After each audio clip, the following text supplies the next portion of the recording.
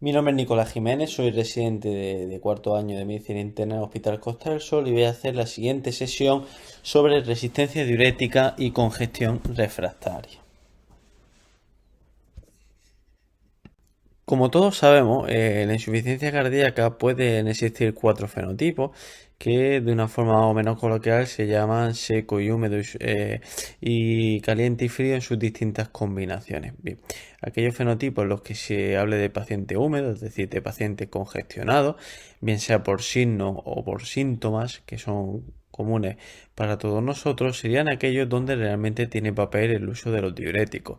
Como podéis ver en la última guía de 2021 de la europea, se recomienda el uso de diuréticos tanto en preservada como en reducida en aquellos casos en los que existan datos de congestión para mejoría sintomática. Incluso en la de reducida se habla de reducción de ingresos y también de aumento de la capacidad de ejercicio. En este sencillo estudio, pero elegante, se hace un seguimiento a 6 años de pacientes que no tienen uso de diurético del ASA previo y se hace este estudio tanto en pacientes con febril preservada como en reducida, siguiendo lo que ocurre en pacientes pues, que tenían distintos grados en ese ingreso índice de congestión, tanto en crepitantes pulmonares como en edemas de miembro inferior, y se observa que el resultado es beneficioso para el uso de diuréticos del ASA cuando existían datos de congestión y viceversa. Pero ¿de qué estamos hablando en esta sesión que está basada en la resistencia diurética? Bueno, pues se define la resistencia diurética de diversas maneras. Aquí tenemos una definición abajo a la izquierda que se da en un trabajo que vamos a citar frecuentemente, un consenso sobre el uso de diuréticos, y que, bueno, pues se define la resistencia diurética como la sensibilidad disminuida a los diuréticos, resultando en una natriuresis reducida y también una diuresis reducida, limitando la posibilidad de conseguir la euvolemia.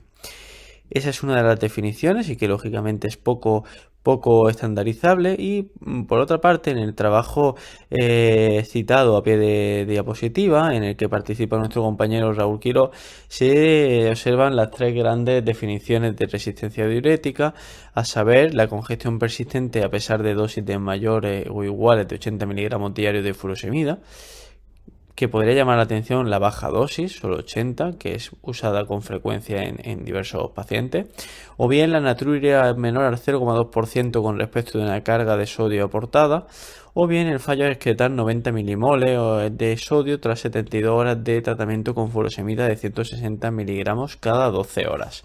Lógicamente, la segunda y tercera definición tienen problemas en cuanto a una medición exacta y en caso de la tercera, además de la demora que necesita para la objetivación de ese dato.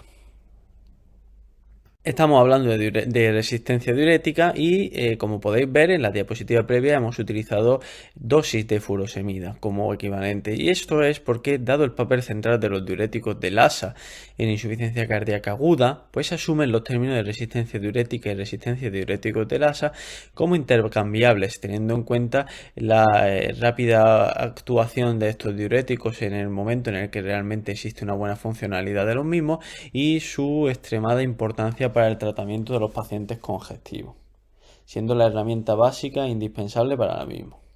En esta cohorte de evaluación del alodipino, la cohorte PRAISE, se puede observar un hallazgo bastante representativo, ya que estamos hablando de resistencia diurética, pero no estamos comentando aún por qué estamos hablando de esto. Y es porque la resistencia diurética conlleva un empeoramiento pronóstico. En estos pacientes, 1153, con insuficiencia cardíaca avanzada, febril reducida, NIHAS de 3-4 y que están en esa fase estable, pues podemos ver que hay un 35% de pacientes que se considera que tienen resistencia diurética.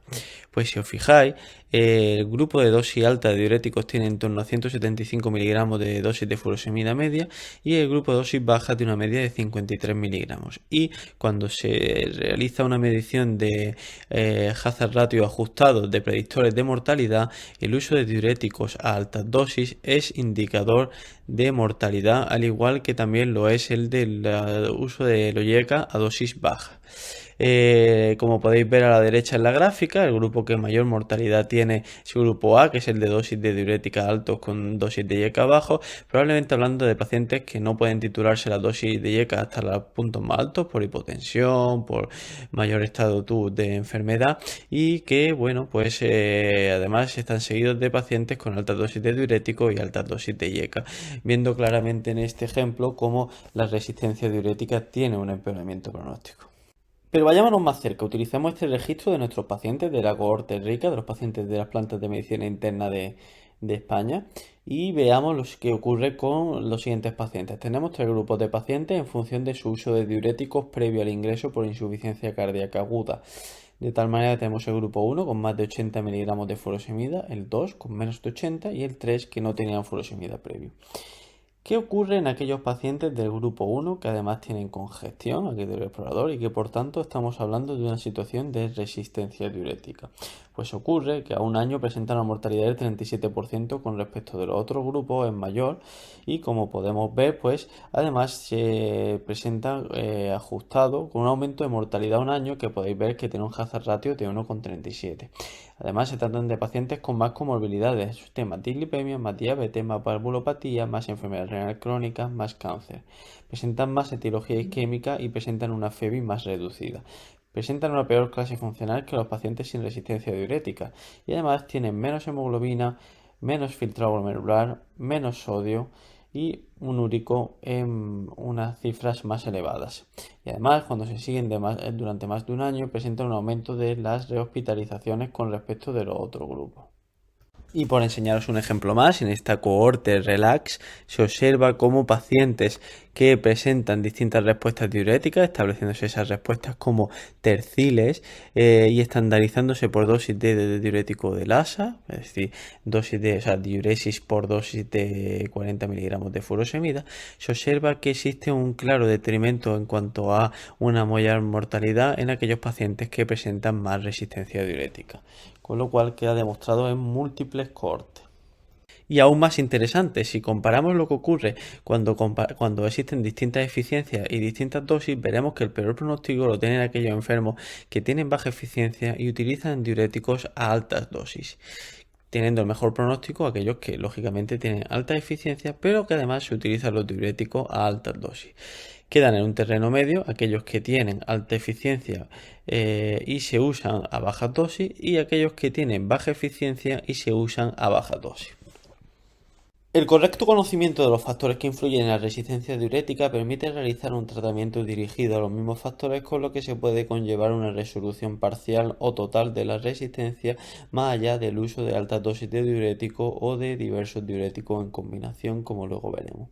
Esos factores se pueden agrupar en 3 grandes grupos, a saber, aquellos que anidan sobre una disfunción renal, y en ese grupo pues tendremos la disminución del filtrado de sodio, esencial para el correcto funcionamiento de los diuréticos junto al cloro, la disminución de la secreción tubular de los diuréticos, consecuencia, por ejemplo, de la competencia con aniones y toxinas urémicas de la enfermedad renal crónica, de la acidosis metabólica, de la cirrosis, o también consecuencia de un bajo gasto cardíaco. Y también la proteinuria, debido a que una alta secreción de proteína en orina puede conllevar unión de proteína con el diurético en orina y por tanto que no se una a la diana en la nefrona. Por otro lado, en cuanto a los fármacos, sabemos que los AINES pueden disminuir la eficacia de los diuréticos, pero además el diurético en sí puede conllevar hipertrofias compensadoras en diversos segmentos nefronales y puede llevar a fenómenos de breaking o de frenado, que ahora veremos, además del efecto postdiurético que también veremos, así como el hecho de que no se alcance dosis adecuada, que serían aquellas que alcanzan el dintel de eficacia.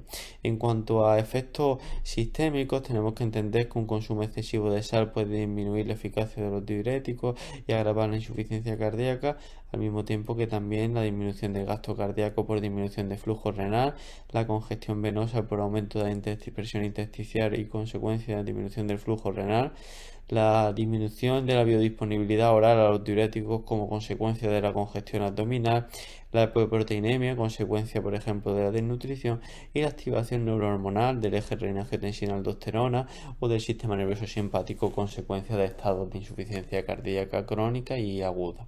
Esta ilustración, perteneciente a una revisión muy buena sobre diuréticos del New England, ilustra muy bien tanto el efecto de breaking como el postdiurético. Tendríamos abajo, cuando pone LD, las administraciones de diurético del ASA y tiempos progresivos, además de lo que serían las cantidades de sodio excretado en orina.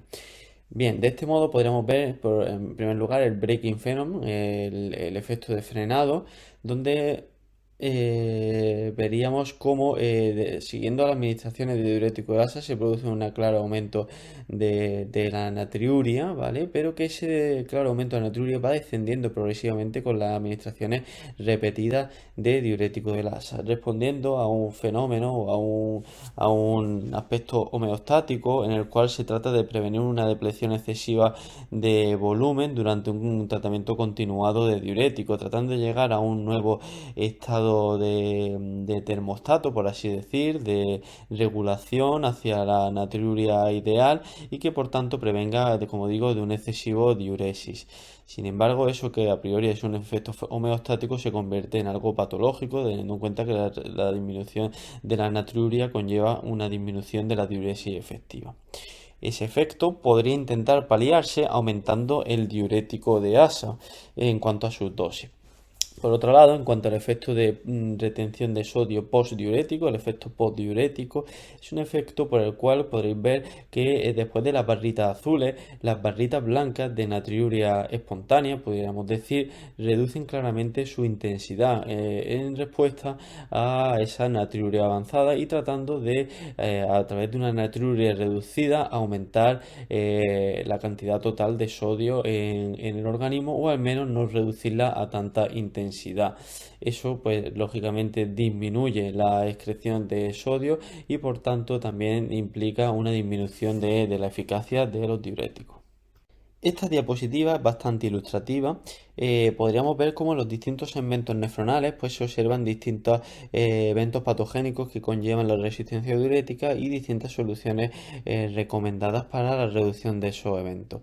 De tal manera que, por ejemplo, en cuanto a la reducción del filtrado, pues se enuncia que puede estar en relación con la hemodinámica alterada glomerulares y para ello pues se recomienda la eliminación de los AINES, considerar el mantenimiento de los IECA y del ARA2, también el gasto cardíaco, lógicamente con un soporte hemodinámico, o la enfermedad renal crónica o la hipoperfusión y por tanto ahí se recomienda un aumento de los diuréticos de asa para una mayor llegada de los mismos de forma efectiva.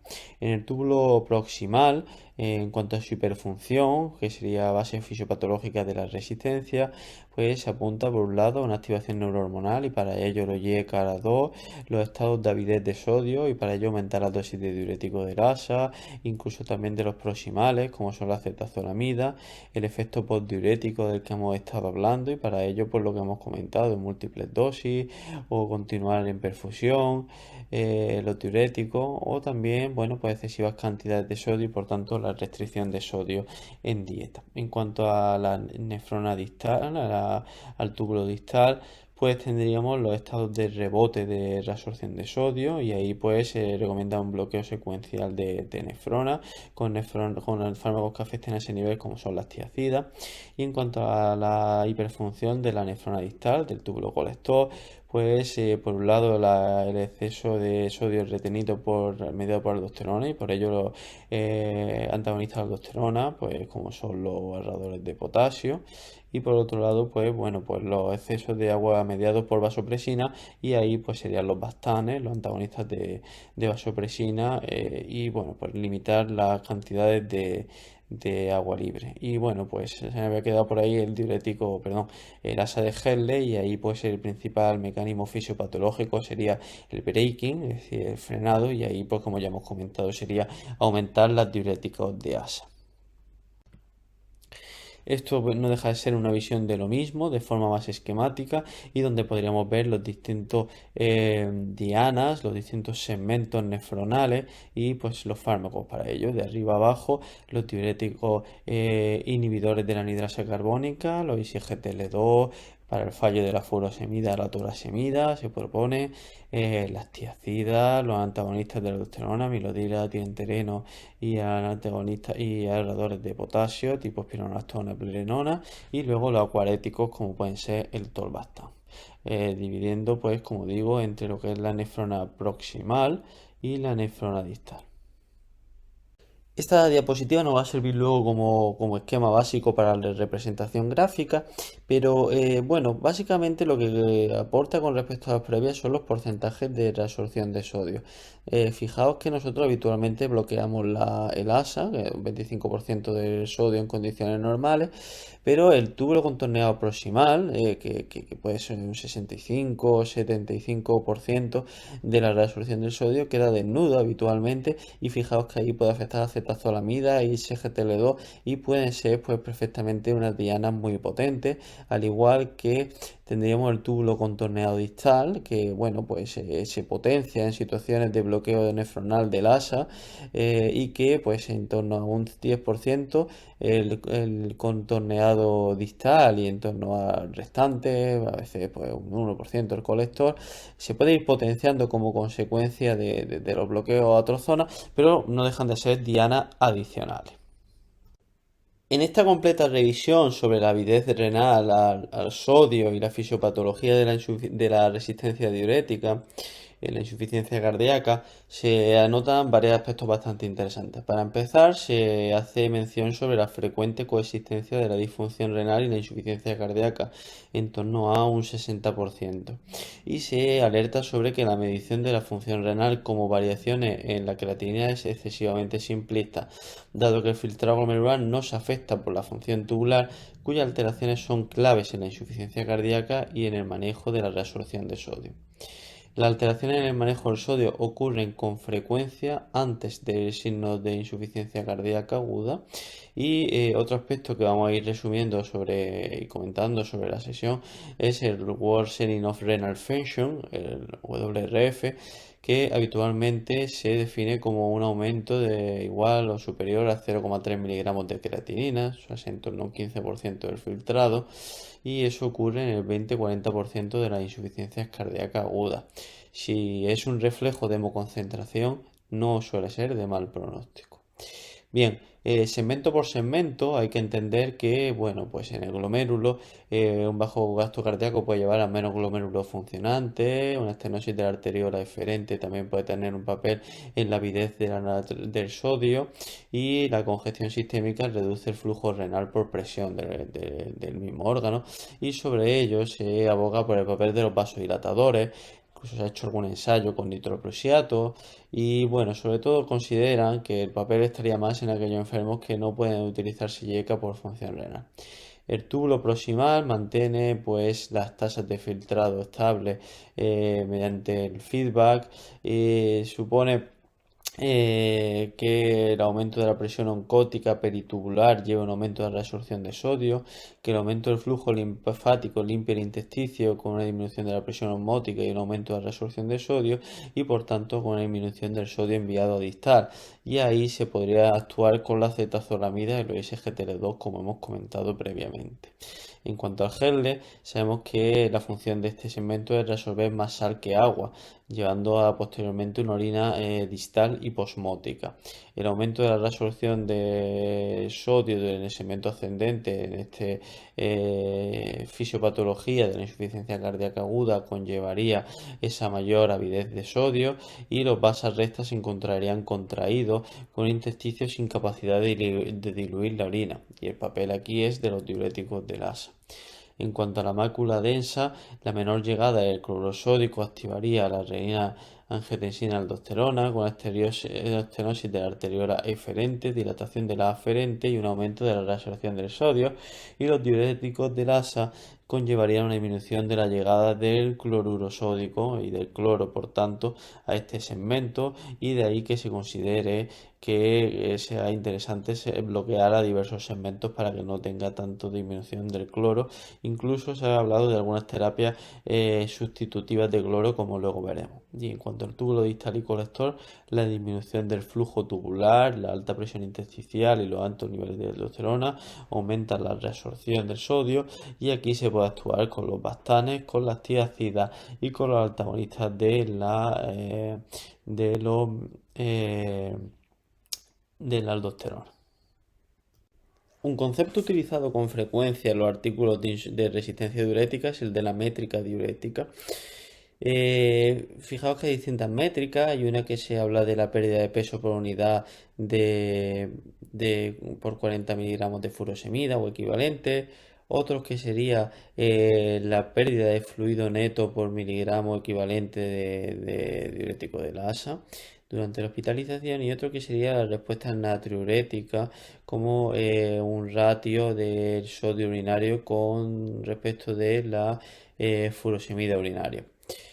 Probablemente el más utilizado sería la pérdida de peso por unidad de furosemida, y ahí os dejo un ejemplo práctico donde nosotros tendríamos en 3 días una pérdida de 2 kilogramos, y por tanto lo que se haría es una división entre la pérdida de peso y las dosis de furosemida con respecto de 40 miligramos para que salga en una unidad que sería diferencia de peso por 40 miligramos de furosemida.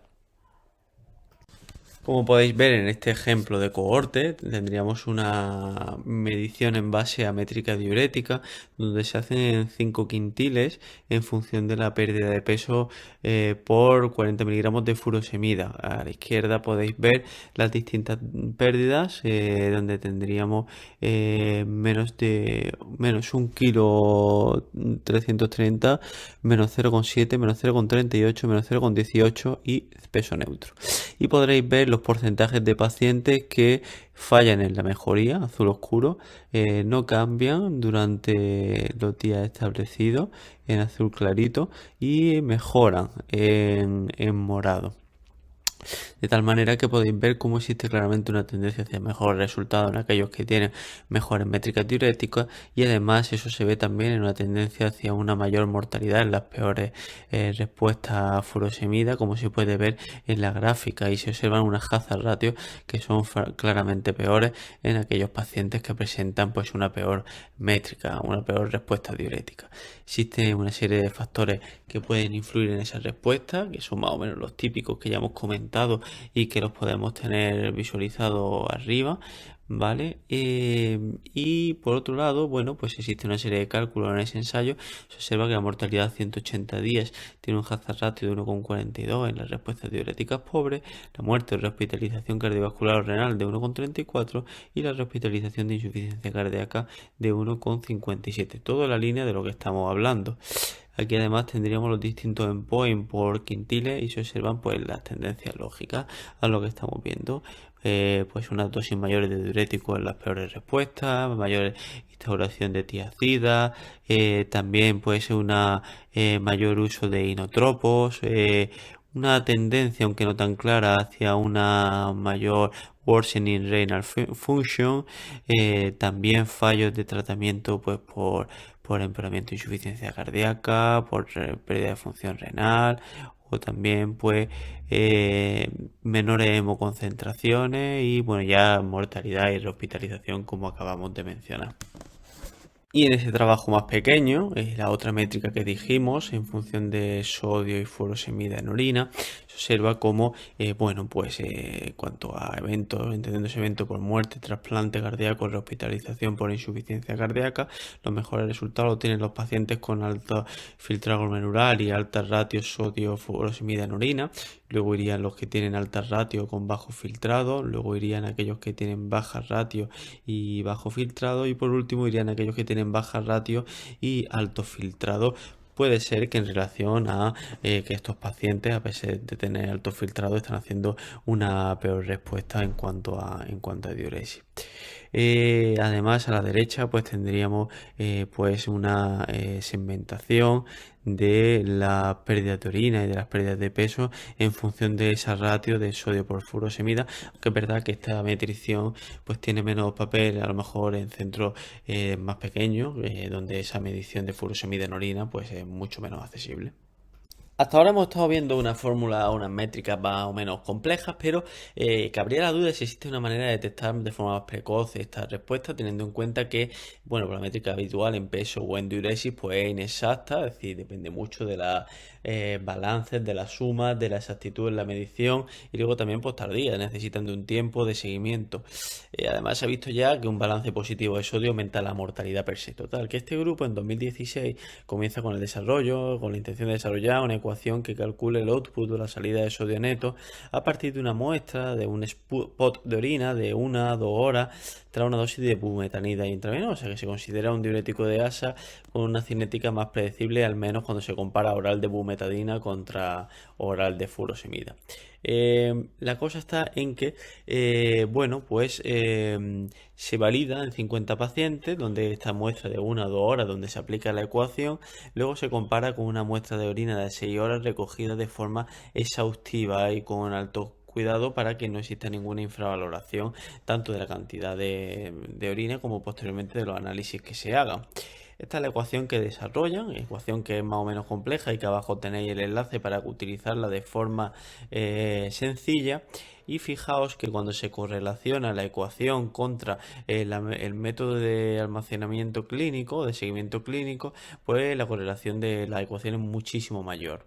Además, pues es mejor para predecir la respuesta de diurética pobre con una área bajo la curva pues muy alta, es 0,95. Fijaos que que la respuesta se considera pobre cuando estamos por debajo de 50 miliequivalentes litros por dosis. Y eso es así porque una doble dosis, una dosis cada 12 horas, menor a, o sea, de 50 miliequivalentes litros, una doble dosis sería 100, que se considera en balance neutro de sodio.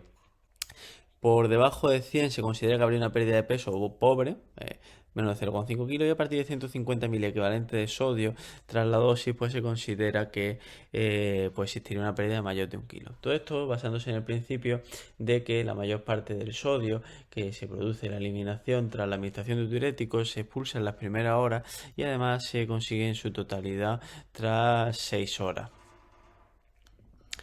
Por otro lado, también es importante entender que no importa el diurético previo. Fijaos que la dosis media de furosemida en estos pacientes y de forma previa a la aplicación de las ecuaciones es de 100, es decir, que no son pacientes que estén sin diuréticos, sino que son pacientes que ya han utilizado diuréticos. Lo importante para que estas ecuaciones sean fiables es que se haya producido un vaciamiento de la vejiga previo para que, por tanto, la orina que estamos viendo no sea una orina mezclada con la orina previa y por tanto las concentraciones de sodio no sean tan exactas.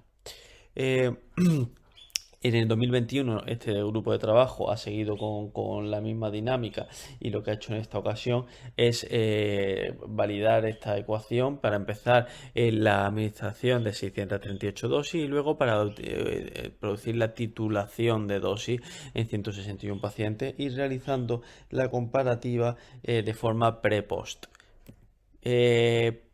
Las áreas bajo la curva siguen siendo bastante buenas, incluso siendo un mercado mejor que la natriuria puntual y que la fracción de excreción del sodio. Y fijaos cómo se produce a la izquierda un claro incremento de la orina diaria al empezar a utilizar la fórmula y una clara disminución del peso también al empezar a utilizar la fórmula. Y bueno, pues lógicamente eso no es por utilizar la fórmula sin más, sino que es porque se utilizan dosis de furosemida muchísimo más altas consecuencias de la aplicación de esta fórmula. Por tanto, y en conclusión a lo previo, la orina de 1 a 2 horas tras diurético de asa tiene una excelente correlación con 6 horas, permite un ajuste precoz, pero lógicamente, y por lo que ya hemos hablado de fisiopatología, se va a perder validez con los días porque la natriuria se va reduciendo. Y esto pues viene a ser una eficacia diurética, que es análogo a un test de esfuerzo cardíaco. Y ojo que también puede indicar poca congestión residual, puede comunicar ya que hay un sodio que ya está eliminado. Bien, en este artículo pues se hace una revisión sistemática de 15 estudios donde la mayor parte son observacionales y hay 5 post-hoc de ensayo y se defiende el papel de este parámetro por encima del FENA, una buena correlación con la natriuresia de 3, 6 y 24 horas, una correlación pronóstica más allá de la pérdida de peso y en la evolución, un peor pronóstico donde hay incapacidad para aumentar la natriuresis con los diuréticos de asa. Se considera que no está directamente correlacionado con el filtrado, incidiendo una vez más en las funciones diferenciales de la nefrona y el túbulo, y el objetivo que se establece aquí y que bueno pues es análogo al que también se establece en la guía de insuficiencia cardíaca es 50-70 milimoles, mil equivalentes litro a hora de la dosis IV del diurético del ASA. Bueno, en otros artículos sí que se critica que es esperable una pérdida de correlación con los días, de la natriuria, sobre todo, pues, por ejemplo, de la ecuación que presentamos antes, consecuencias del efecto de breaking, y también hay algún comentario acerca de que puede indicar poca congestión residual, es decir, un estado de poco sodio sistémico por eliminar. Por poner un ejemplo, aquí tendríamos el ensayo Rose, donde, bueno, pues hay una serie de pacientes que se siguen con una natriuresis de 24 horas del primer día y se observa que existe una clara correlación pronóstica con la natriuresis que no se consigue con la diuresis, el peso, la balance de líquido. Fijaos que hay un 28,5% de enfermos que tienen un balance positivo de sodio y que no está correlacionado directo con la dosis diurética. Y si os fijáis a la derecha, podéis observar que el pronóstico de los pacientes que tienen un balance negativo de sodio es mucho mejor que los que tienen positivo, pero es que incluso es mejor que los que tienen positivo y tienen pérdida de fluido, que es lo que nosotros habitualmente registramos. Con lo cual, todo esto hace hincapié en lo mismo. Y bueno, antes de lo que es la propia respuesta, podríamos tener algunos predictores como de malas respuestas, como son el sexo femenino, las regiones occidentales de prevalencia del paciente, hipotensión, hiperuricemia, hipoproteinemia, hipoalbuminemia, dosis crónicas de diuréticos, ausencia de edema, enfermedad renal crónica, AST bajo, hipocloremia, hipopotasemia y luego probablemente relacionado con aterosclerosis, infartos previos, dislipemia y diabetes. Un aspecto interesante es que el cloro es verdadero responsable del feedback glomerular, de la secreción de renina y el sensado de la sal, de tal modo que los diuréticos de asa disminuyen la llegada de cloro a la mácula densa. En este artículo se observa cómo existe un deterioro de función de filtrado glomerular en pacientes que desarrollan hipocloremia durante el seguimiento. Fijaos arriba en todos los endpoints que se asocian con la hipocloremia de forma estadísticamente significativa, con empeoramiento de insuficiencia cardíaca, pobre respuesta diurética, necesita más diurético, peor hemoconcentración. Existe una ratio de mortalidad para la hipocloremia persistente de nuevo desarrollo a los 14 días de 3,11 y sin embargo no existen esas diferencias de mortalidad en los pacientes que desarrollan hipocloremia inicial y luego se corrigen. Hasta ahora no se ha hablado de ello, pero puede ser que exista un papel para las terapias preservadoras de cloro o bien la reposición con cloro. ¿Y por qué tanta importancia a la resistencia diurética? Bueno, pues sobre todo su trascendencia son las complicaciones. Fijaos que, bueno, pues existe una posibilidad de alcalosis metabólica derivada de los tratamientos diuréticos, de hiponatremia, de gota, de empeoramiento de función renal que no sea pseudoinsuficiencia, de alteraciones electrolíticas, de sed, de hipotensión, de desarrollo de arritmia y de mortalidad derivado del no correcto tratamiento. En el documento de consenso sobre diuréticos, del que ya hablé antes, tenemos esta tabla donde hablan de las dosis tope, de las vidas medias, de la biodisponibilidad, de las potencias en cuanto a FENA, de los sitios de acción, que creo que es bastante interesante, sobre todo para tener de referencia a la hora de utilizar cualquiera de este grupo. Este algoritmo es el algoritmo central del consenso de diuréticos de la europea y como veréis o como podéis ver la guía europea de insuficiencia cardíaca de este año pues ha solapado completamente todo el algoritmo. El algoritmo comienza viendo el paciente con insuficiencia cardíaca con congestión y lo primero a observar es si el paciente es naif para diurético. Caso de que lo sea, habría que introducir furosemida dosis de 20-40 IV. Caso de que no lo sea, habría que introducir su misma dosis oral o hasta 2 veces más IV. Y antes de ver la respuesta diurética, le diríamos al paciente que vacíe la vejiga por completo. Una vez le digamos esto, registraríamos la diuresis de 6 horas y dentro de esas 6 horas haríamos una natriuria sobre la orina de 2 horas que hemos guardado en las primeras 2 horas. y además veríamos, como digo, el total de diuresis en 6 horas. De modo que si tenemos una respuesta de natriuresis mayor a 50-70 miliequivalentes litros en 2 horas o más de 100-150 mililitros de diuresis por hora durante las primeras 6 horas, estaríamos hablando de una respuesta diurética adecuada. Y lo único que habría que hacer en caso de que la congestión no se hubiera resuelto sería continuar con la misma dosis cada 12 horas. En el caso en el que no se consiguiesen esos resultados, estaríamos hablando de una pobre respuesta diurética y habría que duplicar la dosis de diurético. ¿Hasta cuándo? Hasta conseguir la dosis tope, evaluando cada 6 horas, o bien hasta conseguir las primeras 24 horas, momento en el que entraríamos en la segunda fase del algoritmo. En esta segunda fase del algoritmo, y si existe la congestión persistente, veríamos qué ha pasado en las 24 horas previas.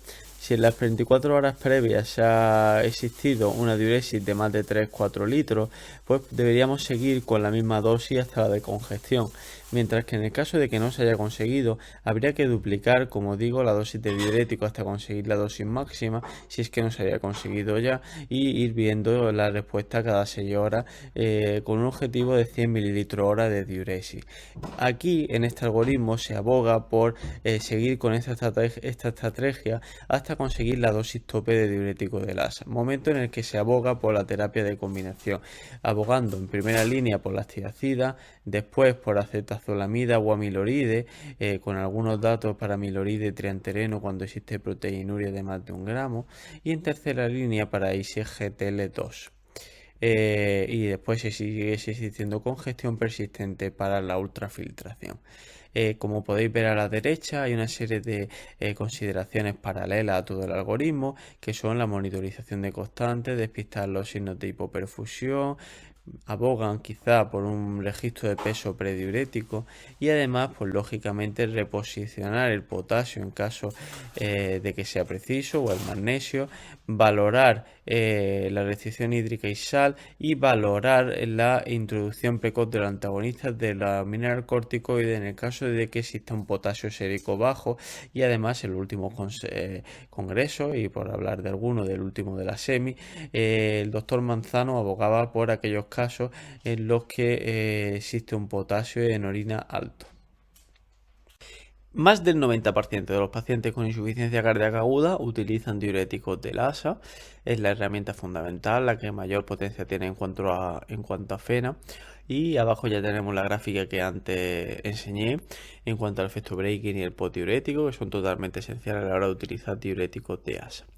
Por otro lado, arriba tenemos una gráfica donde veríamos en negro la respuesta de una persona sana y en rojo la respuesta de una persona con insuficiencia cardíaca aguda, y veríamos cómo el tope de excreción de sodio se desplaza hacia la derecha, es decir, necesita más concentración de diurético, y hacia abajo, es decir, se consigue menos natriuresis la persona con insuficiencia cardíaca aguda con respecto de la persona sana.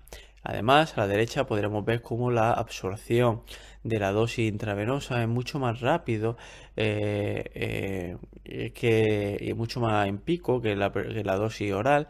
Y además podemos ver cómo en una persona que tenga insuficiencia cardíaca, gran parte de la dosis, por no decir toda, de la oral se puede quedar fuera del dintel, mientras que en el caso de la persona, o sea, en el caso de la dosis IV, debido a ese pico tan potente que va a tener, sí que va a poder alcanzar un mucho mayor efecto. El dintel se considera que es la dosis tope que conseguiría la mejor natriuresis, la natriuresis tope, y se considera que en personas sanas, pues la natriuresis tope se puede conseguir con 80 miligramos. Se considera que, bueno, pues esos 80 miligramos se repetirían con la cadencia necesaria, pues cada 12, cada 6, pero eso sería la máxima natriuresis y por tanto diuresis posible. En RC grado 3 o 4 pues habría que escalar 160 a 240, en cirrosis se habla de 80 a 160. Eso no quiere decir que la dosis máxima que se debe administrar en un día sea 80, sino que la dosis única a administrar tope con el efecto tope de natriuresis sería esa. Ya hemos hablado que en la insuficiencia cardíaca aguda el uso parenteral puede evitar la malabsorción derivada del edema intestinal y bueno, no es que la congestión reduzca propiamente la biodisponibilidad FETEM, pero sí que es verdad que enlentece la absorción, por tanto reduce la dosis pico y de ahí se deriva una resistencia. La siguiente pregunta que nos podríamos hacer es ¿cuál es el diurético de asa de elección? Este artículo del 2012 de Nicolò Antonio trata de ver si la tolasemida debería ser el diurético de asa de elección. Y es una pregunta que a día de hoy todavía no tiene una respuesta clara. La revisión sistemática que hace con 2 ECA, pues tiene 471 pacientes, donde, bueno, pues son FEBIS reducidas y suele una reducción de reingresos del 0,53 significativa, de reingresos cardiovasculares de un 23% significativa y de estancia hospitalaria pues de casi 180 días, también significativa. Y además revisan otros papers que no pueden entrar tanto en la comparativa por la forma de enunciar sus resultados e indican una serie de potenciales ventajas.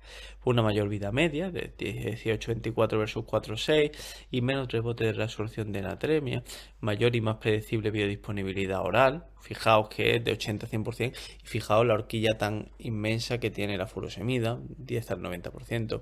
Además la tolasemida tiene un efecto antialdosterónico y vasodilatador per se, con menor pérdida de potasio y magnesio y con menor hipertrofia distal de la nefrona, tiene más efecto en la tensión arterial, tiene menor urgencia urinaria y número de emisiones y tiene más metabolismo hepático que puede ser mejor en cuanto al tema de la insuficiencia renal. Aquí os dejo en Clinical Trial un ensayo, el Transform HF, que viene a comparar tolasemida y furosemida y que aún pues no está publicado. De hecho está en fase de reclutamiento con la última actualización en 2019. Vamos a representar cada molécula de cloruro sódico con un puntito azul, en un mecanismo normal de reabsorción y según los porcentajes que conocemos de reabsorción del sodio, la reabsorción se produciría eminentemente en la porción más proximal de la nefrona con posteriores disminuciones hasta los segmentos más distales.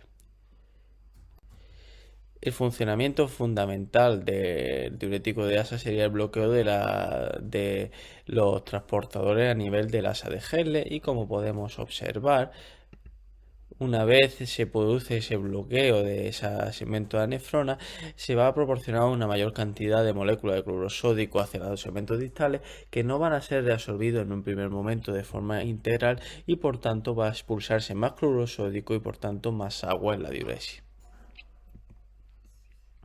Sin embargo, y explicando parte de la resistencia diurética, con el tiempo se puede producir una hipertrofia compensadora de los segmentos distales del tubo distal, de modo que ese sodio que no se reabsorbe en el asa de Henle va a producir una mayor reabsorción en esos segmentos distales y de ese modo va a disminuir la natriuresis y por tanto la diuresis. ¿De dónde viene la evidencia para la dosis de furosemida? Elevada en la insuficiencia cardíaca aguda y de forma IV. Pues viene fundamentalmente del DOSE. El ensayo DOSE es un ensayo donde se comparan dos esquemas de tratamiento. O mejor dicho, hay dos comparativas de esquemas. Por un lado tendríamos la comparativa del bolo versus continuo, donde no se alcanzaron diferencias significativas y lo podéis ver en la tabla en la parte izquierda. Sin embargo, se compararon también esquemas de baja dosis, o mejor dicho, de su dosis habitual, frente a esquemas de alta dosis, es decir, 2,5 su dosis habitual. Todo ello de forma IV. Y se observó que en aquellos casos en los que se utilizaban las altas dosis, si bien no hubo una mejoría en cuanto al endpoint primario, que era una mejoría sintomática y se quedó con una P006, sí que existió mejoría en algunos pequeños aspectos, como era una escala visual de disnea, también el peso a 72 horas y también la pérdida de fluido neta a 72 horas.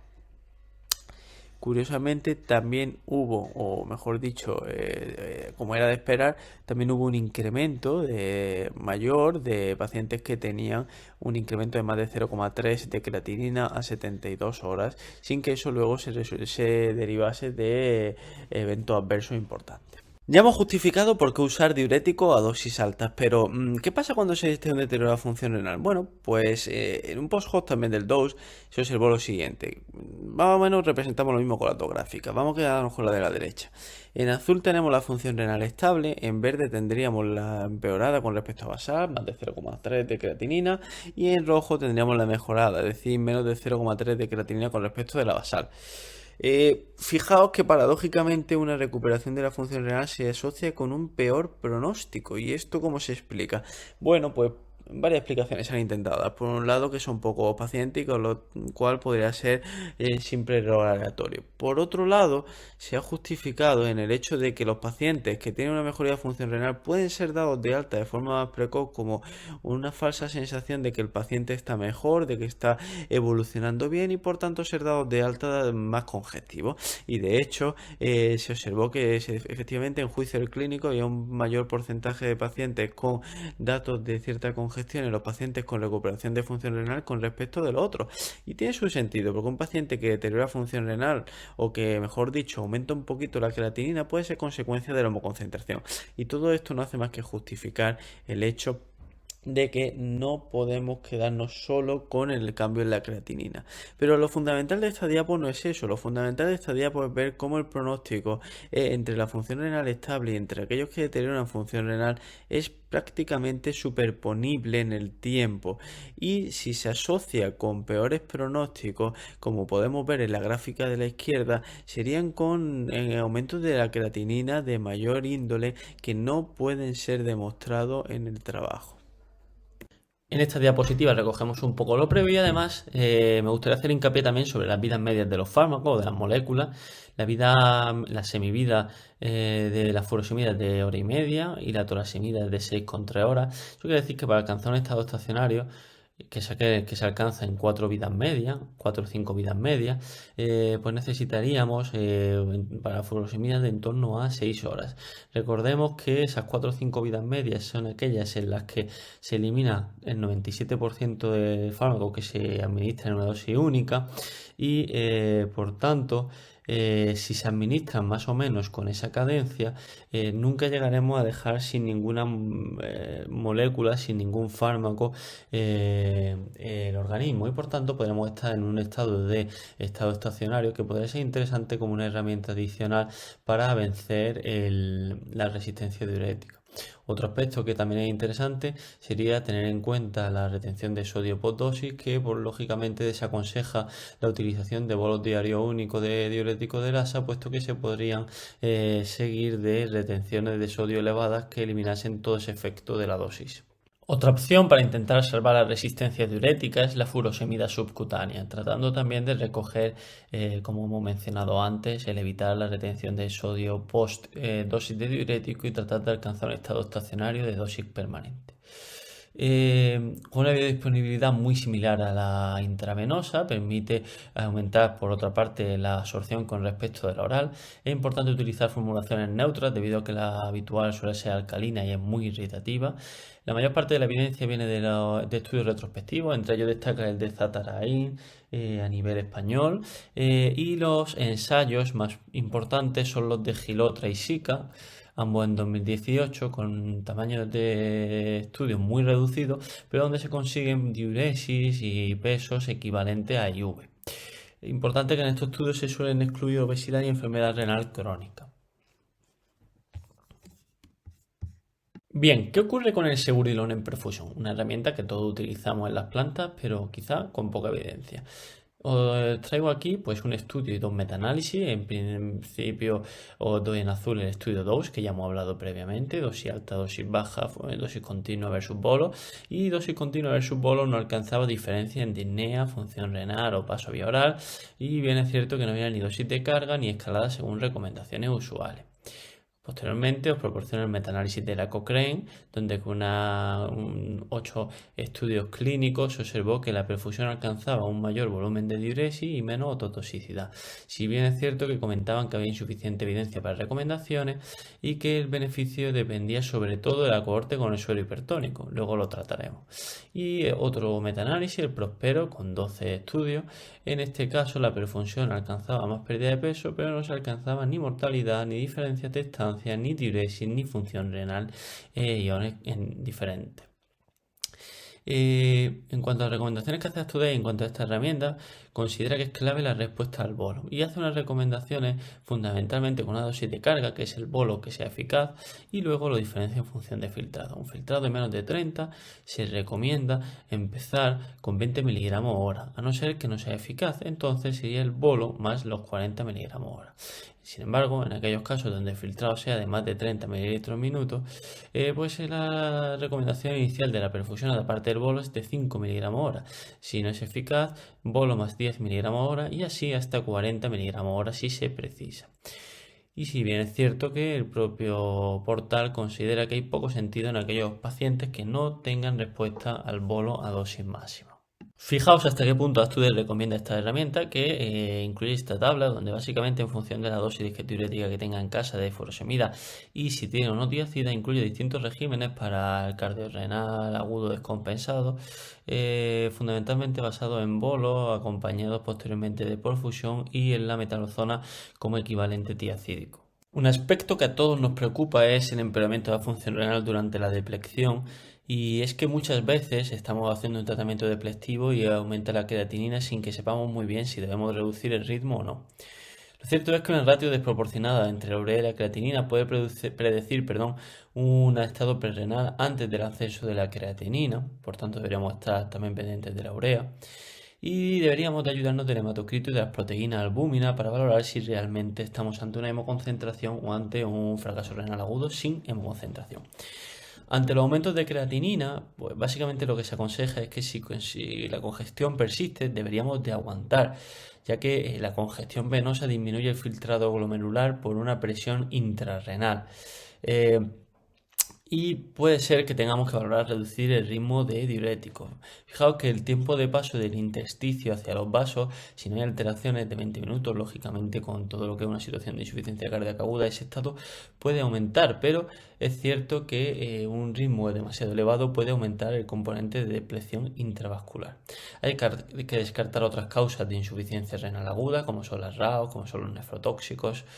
Y como ya estaba diciendo, puede indicar una depleción intravascular y por tanto ahí pues, puede tener un papel los inotropos, el suelo hipertónico, la reducción del ritmo, la retirada de los IECA, etc. La mala diuresis, acompañada de una congestión abundante y sin que ninguna de estas herramientas sirvan para nada, puede llevarnos a solicitar una interconsulta nefro o un manejo basado ya en hemofiltro y diálisis convencional. Sin embargo, lo cierto es que al margen de lo que podamos hacer con el worsening renal failure, este está asociado por sí con un peor pronóstico. En este estudio se revisan 57 estudios previos con enfermedad renal crónica, 28 con el worsening renal failure, y se observa que tanto en situación aguda como en crónica, el worsening renal failure se asocia con la mortalidad con un hazard ratio de 1,95. Y esto no solamente es el worsening renal failure per se, relacionado con los diuréticos per se, sino en general, dado que este empeoramiento tiene como predictores pues, el uso de diuréticos, sí, pero también la enfermedad renal crónica, la hipertensión, la diabetes o la anemia. Y eso puede ocurrir durante el tratamiento, en el inicio, en el seguimiento a largo plazo, etc. Todo ello pues, conlleva un peor pronóstico, si bien es cierto que como podéis ver abajo, existe un seco de publicación y cuando se aplican correcciones estadísticas, el hazard ratio no es tan elevado, pero sigue siendo estadísticamente significativo en 1,34.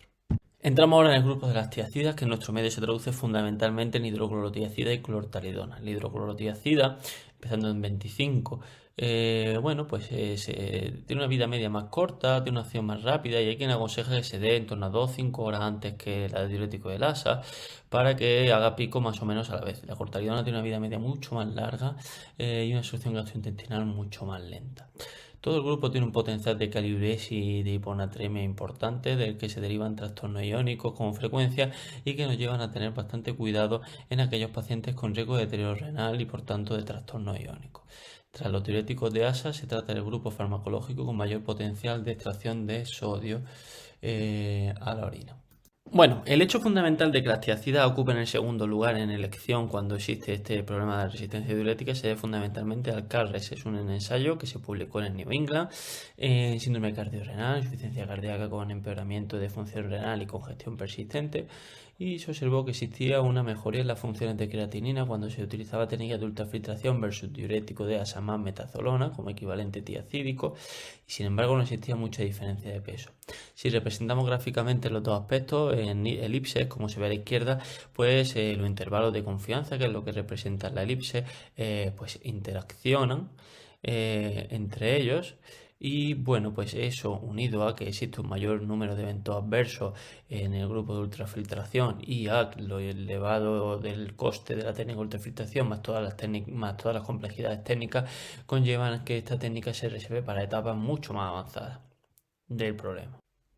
Como ya hablamos antes, el bloqueo de la nefrona en el asa de Helle conllevaría una hipertrofia compensadora de la nefrona distal. Sin embargo, si bloqueamos esa nefrona a ese punto, pues encontraríamos que esa mayor reabsorción de sodio no se puede producir y por tanto de eso se trata el bloqueo secuencial de la nefrona. No obstante, utilizar el diurético tiacídico no es gratis. A todos los posibles beneficios que en la tabla 3 vemos a la izquierda para la terapia diurética combinada, CDT, que sería superar la resistencia diurética, el edema, la pérdida de peso, drogas baratas, mejora de síntomas, mejora de congestión, mejora en la insuficiencia renal crónica, mejora de función ventricular alta, prevención de reingreso, pues se le añade una serie de efectos adversos. Hipocalemia, insuficiencia renal aguda, hiponatremia, hipocloremia con acidosis metabólica, hipotensión, hipovolemia, encefalopatía hepática, arritmias, hipomagnesemia e hiperuricemia. Diurético tiacídico, un diurético que por sí es poco eficaz. Su potencia es baja, aún menos en insuficiencia renal crónica, si bien es cierto que parece que en filtrado por debajo de 30 funciona en combinación, al contrario de lo que se pensaba. Aquí tendríamos las distintas dosis de los distintos que existen y abajo he querido dejar dos estudios recientes. Primero un metaanálisis donde en el día 19 de media se ve que ocurre con las tiacidas y se observa que los pacientes tienen una media de 116 de sodio al día 19.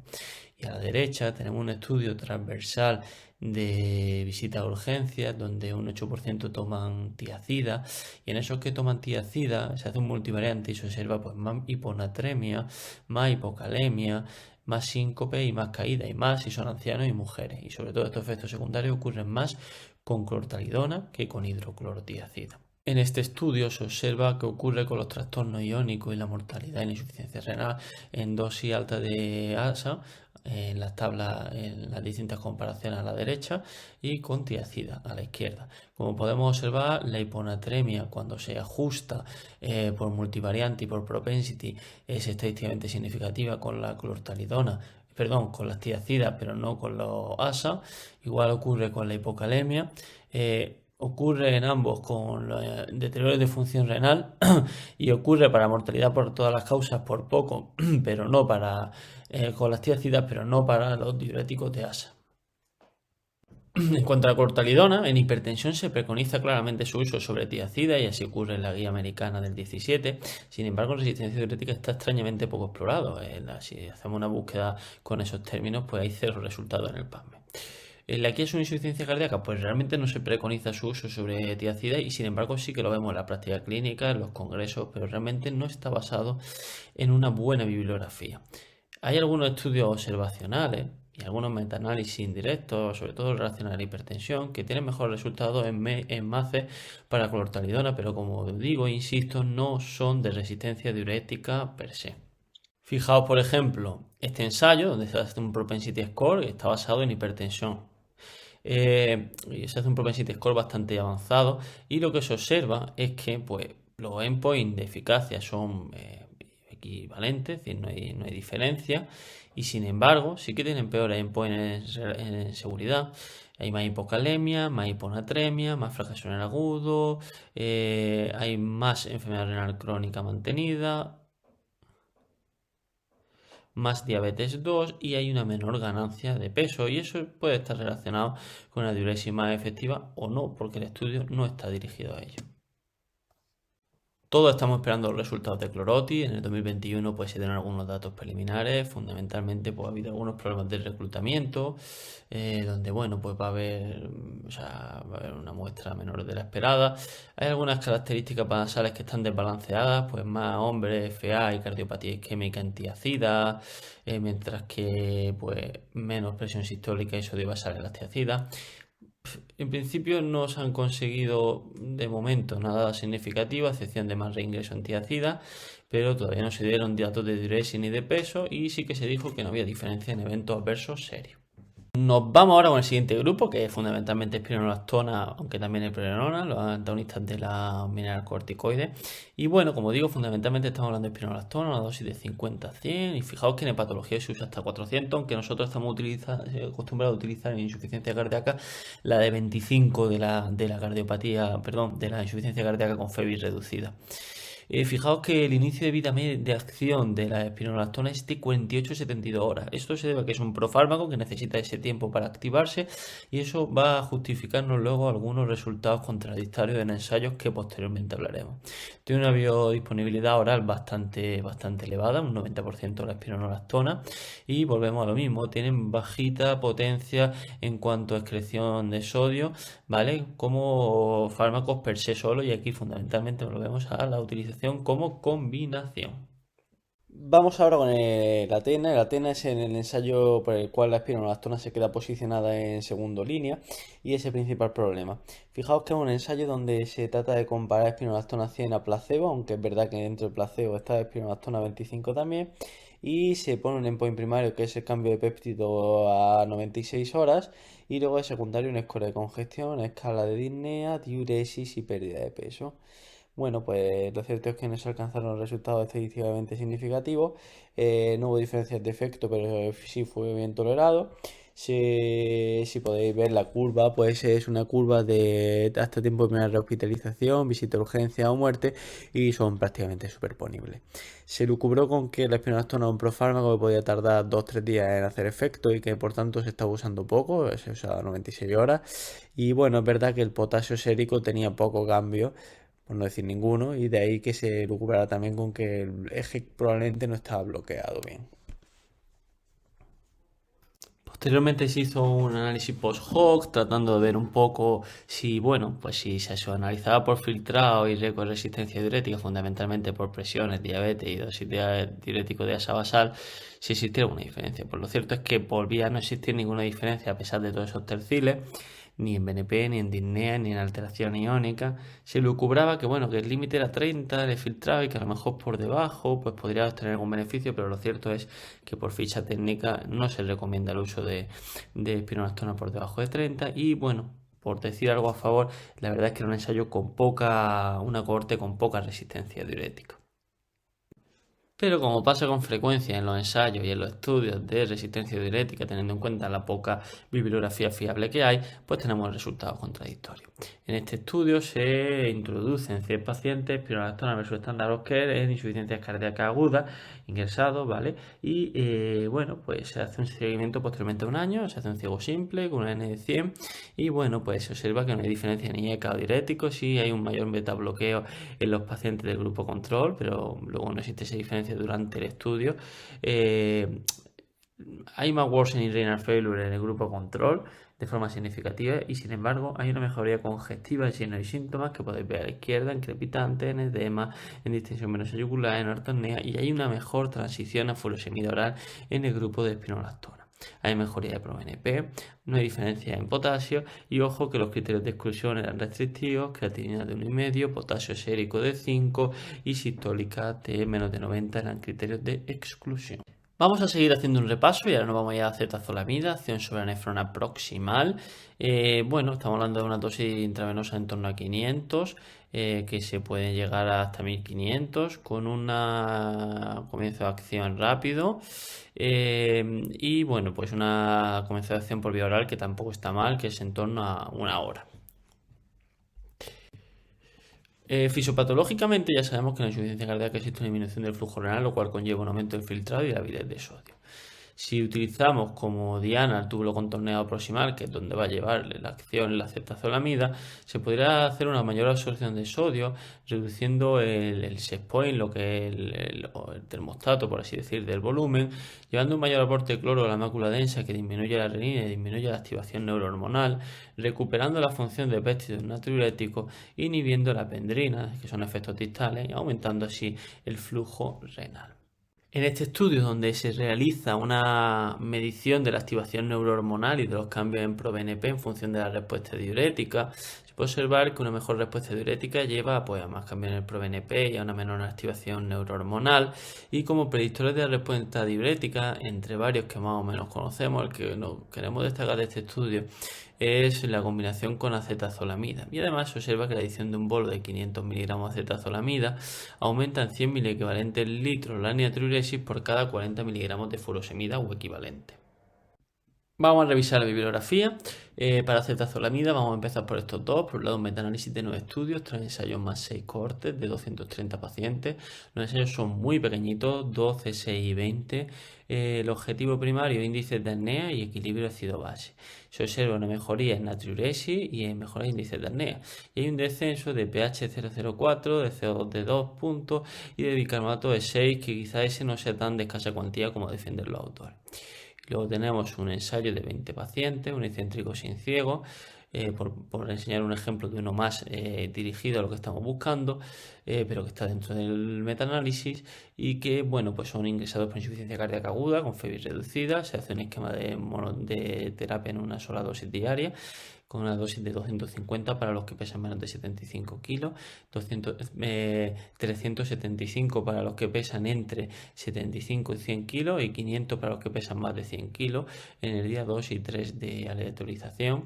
Consiguen una diferencia de menos 666 mililitros en acetazolamida versus más 332 en estándar of care y una mejora en la escala visual de EDIS. Este estudio prospectivo firmado por uno de los popes de diuréticos, el diuresis, incluye 2 centros, un factorial con uso de espironolactona. Son 34 pacientes con insuficiencia cardíaca aguda, hiponatremia, urea creatinina mayor de 50 y o creatinina de más de 0,3, es decir, un worsening renal failure. Se randomizan acetazolamida en 250-500 versus placebo, ambos con diuréticos de ASA. El endpoint primario es natriuresis, no hay diferencia en puro, pero sí que cuando se hace eficacia diurética, es decir, la natriuresis corregido por dosis de ASA, por tanto, ahondando más aún, como ya hemos visto, en que la acetazolamida mejora la natriuresis del diurético de ASA. Hay un mayor porcentaje de pacientes con worsening renal failure en el grupo de tratamiento combinado respecto del que no. Y cuando se hacen los estudios de mortalidad por todas las causas, no hay diferencia, pero cuando se incluyen también los reingresos por insuficiencia cardíaca, aunque no hay una diferencia significativa, se quedan 0,09, la verdad es que las gráficas se separan de forma, bueno, pues relativamente significativa a partir de los 12 meses, si bien, bueno, pues es cierto que el ensayo es de muy pobre tamaño y probablemente no se puedan extraer conclusiones con ello. Bien, pues vamos a tener suerte en cuanto a la acetazolamida, y es que vamos a tener un ensayo que nos va a responder muchas preguntas. Este ensayo, que es el ADVOR, que bueno, pues tiene como fecha estimada de finalización el 1 de febrero en Clinical Trials, pues bueno, pues ha estado reclutando durante 3 años 519 pacientes con insuficiencia cardíaca aguda y sobrecarga hídrica, y se ha randomizado diuréticas a altas dosis y con acetazolamida 500 o placebo. Fijaos que se trata de ver pues, la ausencia de edema a 72 horas con más de 3,5 litros de diuresis las primeras 30 a 48 horas como endpoint primario. Y luego en secundario, mortalidad por todas las causas, reingresos, estancias y cuestionarios. Por tanto, puede ser un ensayo bastante robusto si no hay problemas en cuanto a su reclutamiento y comunicación de resultados, que probablemente pueda dar una buena respuesta hacia cuál es el lugar de utilización de la acetazolamida. Como resumen de todo lo previo, bueno, pues hay clave en monitorizar el pH por la tendencia hacia la acidosis metabólica que presenta este fármaco. Hay que restringir en pacientes con hiperpotasemia o acidemia. La potasuria natriurea desciende después de 48 o 72 horas, con lo cual se recomienda no usar más de 2-4 días seguidos por la pérdida de eficacia, y puede conllevar hiperventilación y otros RAM más dependientes de trastorno iónico, como náuseas, vómitos, parestesia, espasmos, mareos, etcétera. Por tanto, esto se trata de un diurético para uso intrahospitalario, para uso con un seguimiento estrecho, probablemente con analítica diaria y por parte de un clínico con expertise en diurético y pues probablemente en este fármaco en concreto. En este estudio se hace un intento de lo que sería la terapia del bloqueo multisegmento de la nefrona. Fijaos, un estudio pre-post intervención en 167 pacientes, unicéntrico, donde lo que se hace es una estrategia muy agresiva. Se combina acetazolamida 250 cada 8, furosemida 200 cada 6, metalazona 10 cada 12, spironolactona 100 cada 12. Y bueno, los clínicos pueden hacer diversas intervenciones. Si os fijáis en la tabla de la izquierda, veréis como en el primer día pues todos tienen 4 fármacos y luego van bajando conforme van pasando los días. Y esas bajadas pues se hacen en todos los grupos. Lógicamente el que menos se reduce son los diuréticos de ASA, y bueno, pues todos los otros grupos van bajando conforme pasan los días de evolución. Si os fijáis en las curvas de la derecha, se observa cómo existe un incremento de la diuresis recogida en 24 horas, tanto en el grupo normal o total como en el grupo de resistencia severa, que serían aquellos que tienen menos de diuresis de menos de 2000 en el día previo a la inclusión. Y luego vemos cómo se produce una disminución de peso tanto en el total de los pacientes como en los pacientes con resistencia severa. Vamos a una de las terapias emergentes para la resistencia diurética y que más están cosechando titulares en los últimos tiempos, que son los ISGTR2. El uso de ISGTR2 en insuficiencia cardíaca está más que postulado en la actualidad. Tenemos múltiples ensayos, el DAPA-HF, el EMPA-Preserve, el EMPA-Reduced, el SOLOIST-WHF, de sotaglifosina. Y bueno, pues todos ellos son recogidos en este metaanálisis de New England, donde sale pues beneficioso hacia ISGTR2 para el riesgo de hospitalizaciones por insuficiencia cardíaca. Y bueno, todo esto ¿por qué? ¿Cómo se postula que puede hacer una mejor función de diuresis en los pacientes con resistencia diurética? Bueno, pues en base a mejoría función renal, en base a mejoría de la hemodinamia, en base a aumento de natriuresis. Todo ello sin alteración hidroelectrolítica, con una menor depresión intravascular probablemente secundaria al efecto osmótico que tienen estos diuréticos. En cuanto al SOLOIST, que es el de sota, glifosina, son pacientes que ya están ingresados pero que están ya con tratamiento de plextivo oral o que se han ido de alta hace menos de 3 días por insuficiencia cardíaca aguda en todas las fracciones de eyección. El endpoint primario es la hospitalización por insuficiencia cardíaca aguda y muerte cardiovascular, y aquí ya se observa que tiene un hazard ratio significativo a base de las hospitalizaciones por insuficiencia cardíaca, y que de hecho parece que es mejor en la insuficiencia cardíaca como fracción de eyección preservada. Bien, hasta ahora hemos estado hablando de diuréticos ISGTL2 en insuficiencia cardíaca, pero vamos a hablar ahora de eficacia diurética y de resistencia diurética. En el primer estudio, el de la izquierda, serie de casos de EMPA y Canadá con 31 pacientes, 58% son diabéticos y tienen insuficiencia cardíaca aguda. Bueno, pues se hace un estudio pre-post del comienzo de ISGTL2 y se ve cómo aumenta la eficiencia diurética. Y además ello con una pérdida de peso, con una diuresis incrementada, y todo ello con dosis de diurético, con creatinina y presión arterial estable. En el estudio central, que es un cursado con 2 semanas de lavado, entre estrategias, insuficiencia cardíaca estable, 20 pacientes. En este caso, bueno, pues vemos cómo hay una estrategia de monoterapia, donde se observa cómo aumenta la excreción fraccional de sodio con la EMPA, y además también hay una estrategia con diurético de ASA y EMPA, donde también se registra cómo existe un incremento de esta excreción fraccional cuando se utiliza la empaglifosina. De hecho es mayor en magnitud la diferencia con respecto de la otra estrategia. Ello se consigue con un menor volumen plasmático, sin activación del eje de angiotensina-aldosterona, con mediciones norepinefrina y otras neurohormonas, sin cambio en potasio o en filtrado, y sin una clara asociación entre la excreción de glucosa y la natriuresis, probablemente secundario al propio efecto natriurético per se del ISGTR2.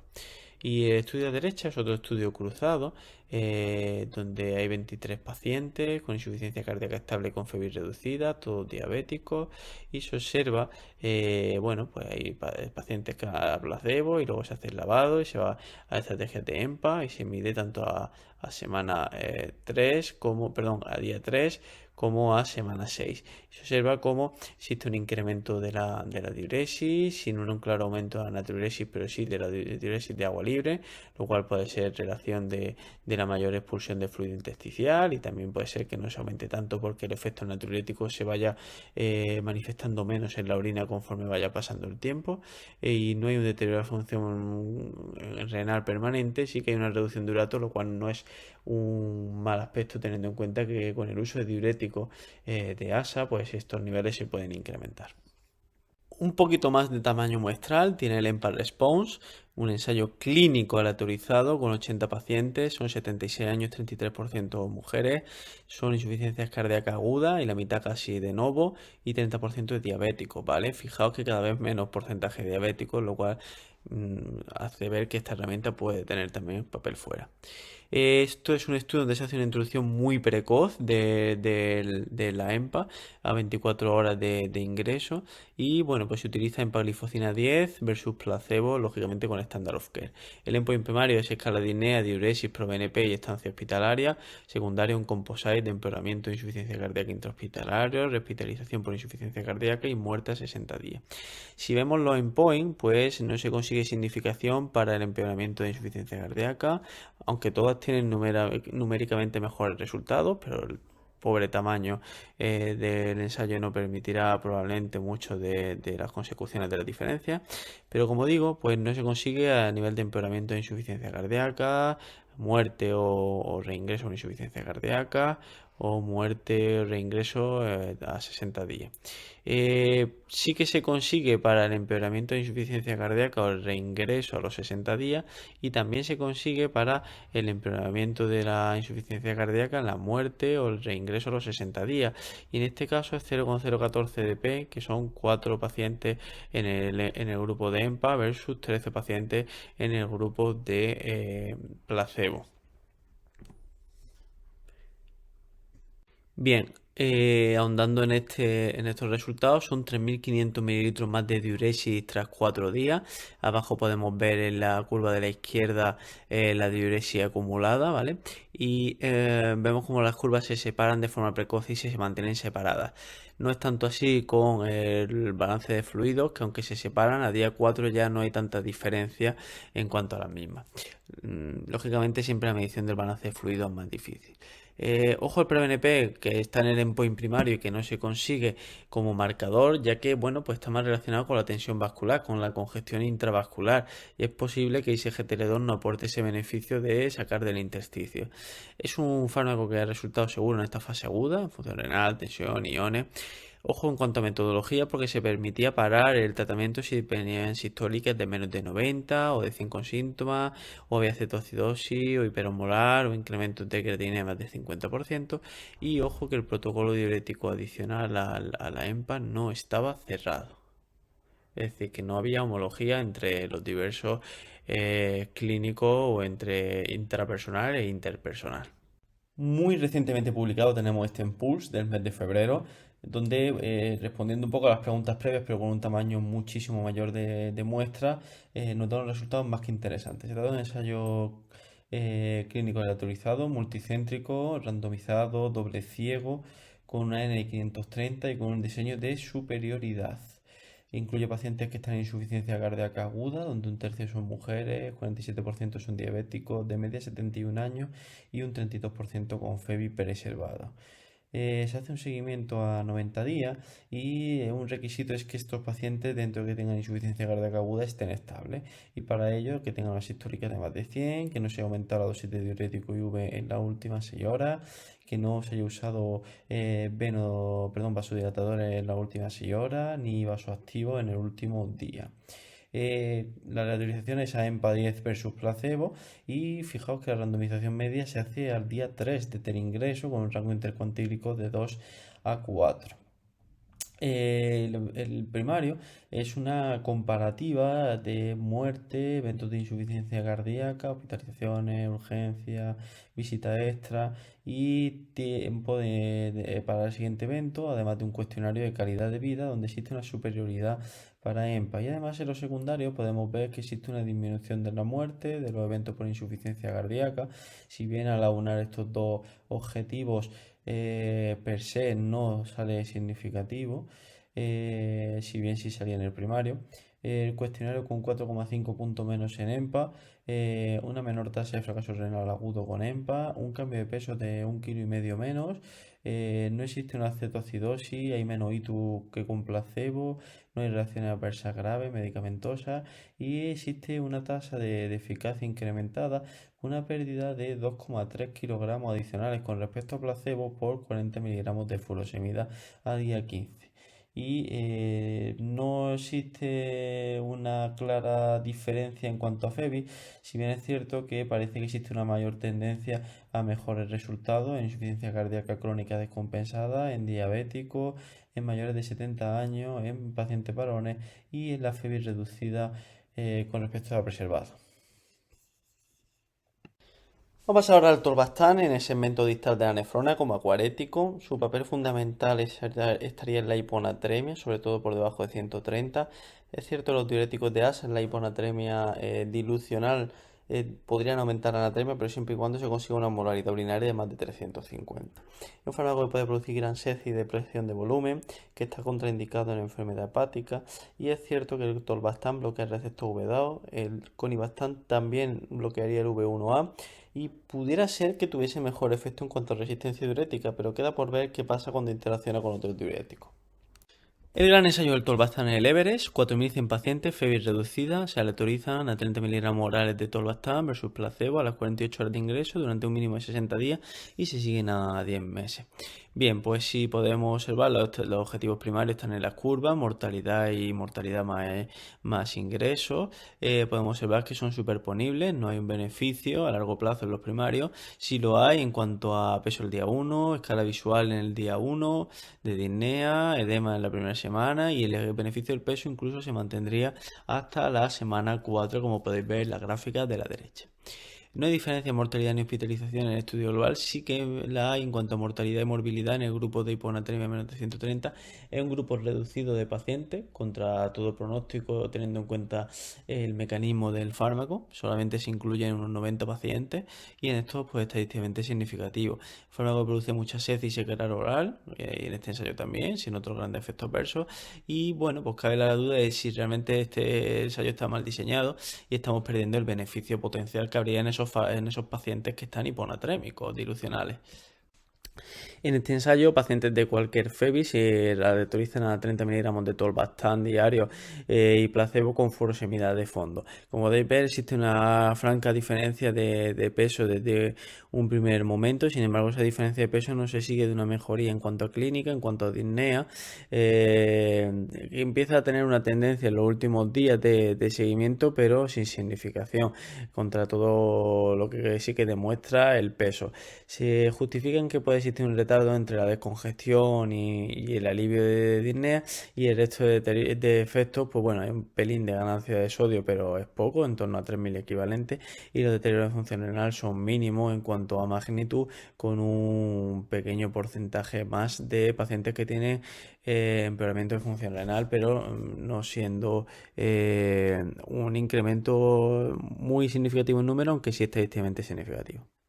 Este ensayo es muy interesante porque tiene varios aspectos a sacar. Para empezar, bueno, volvemos a dar tolvastán 30 versus placebo y podemos observar que, bueno, varias cosas. Para empezar, en la gráfica de la izquierda vemos cómo existe, pues, diferencias que no son estadísticamente significativas en los primeros días, pero sí que lo son en las 72 horas, y es una tendencia a la mejoría en las escalas de disnea en el grupo de tolvastán que con respecto a placebo. En azul tenéis el grupo de pacientes con una marcada mejoría, en naranja los de moderadamente mejor, en gris los de mínimamente mejor. Se observa como existe pues diferencia, sobre todo conforme van pasando los días y al tercer día. A la derecha podéis observar cómo existe una disminución de la dosis media de furosemida cuando está acompañado de tolvastán, si bien es cierto que no se alcanza la estadísticamente significativa, una diferencia estadísticamente significativa, y abajo podéis ver las diferencias de peso, que sí que alcanza la diferencia estadísticamente significativa en torno a 2 kilos, kilo y medio el primer día, posteriormente en torno al kilo también, y después persiste en ese kilo. Bueno, otra cosa que me gustaría destacar de este estudio es que observan que el tolvastán va peor o perdón, mejor dicho, va mejor en los pacientes que no tienen distensión venosa yugular o ascitis, así como diciendo que los pacientes que tienen un fallo derecho van peor en cuanto al alivio de la disnea sobre todo. Y esto se argumenta, y me parece bastante interesante, en el sentido de que consideran que para reducir la disnea los pacientes con fallo derecho necesitan de más tiempo que con respecto al fallo izquierdo. ¿Por qué? Pues para empezar necesitan de más redistribución de líquido antes de que se produzca el alivio sintomático. Eso probablemente se debe a que en este caso pues ya no se debe tanto a la cantidad de congestión pulmonar, sino que en este caso pues hay otros factores que también están relacionados con la disnea. En este caso pues puede ser distensión del ventrículo derecho, o sea, interdependencia ventricular, insuficiencia tricúspide, disminución del gasto cardíaco, todo ello puede llevar a una disminución de los aportes de oxígeno hacia los tejidos, y todo ello lleva a que parezca que se necesita de más cantidad de líquido extraído cuando se trata de una insuficiencia derecha con respecto de una izquierda.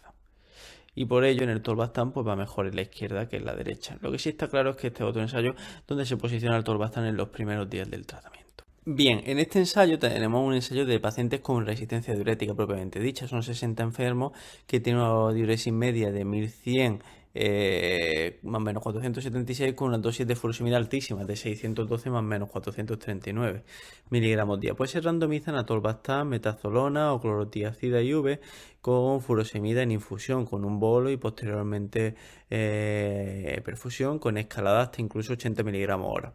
El endpoint primario son PESA 48 horas, y si podéis observar en la gráfica derecha vemos que no existen diferencias estadísticamente significativas entre ambos grupos, ni para disminución de peso ni para la diuresis en volumen, ¿vale? Entre las tres estrategias. Si bien abajo podéis observar que existen unos valores de sodio más elevados en el caso del tolvastán, también de cloro. Esto tiene sentido desde fisiopatología, igual que tiene sentido el hecho de que al excluir los pacientes con menos de 130 de sodio que estaban excluidos en este ensayo, el beneficio del tolvastán, que podría haber sido mayor, está copado como consecuencia de este criterio de exclusión. La excreción fraccional de sodio de la tiacida mayor al tolvastán, eso es lógico desde la fisiopatología.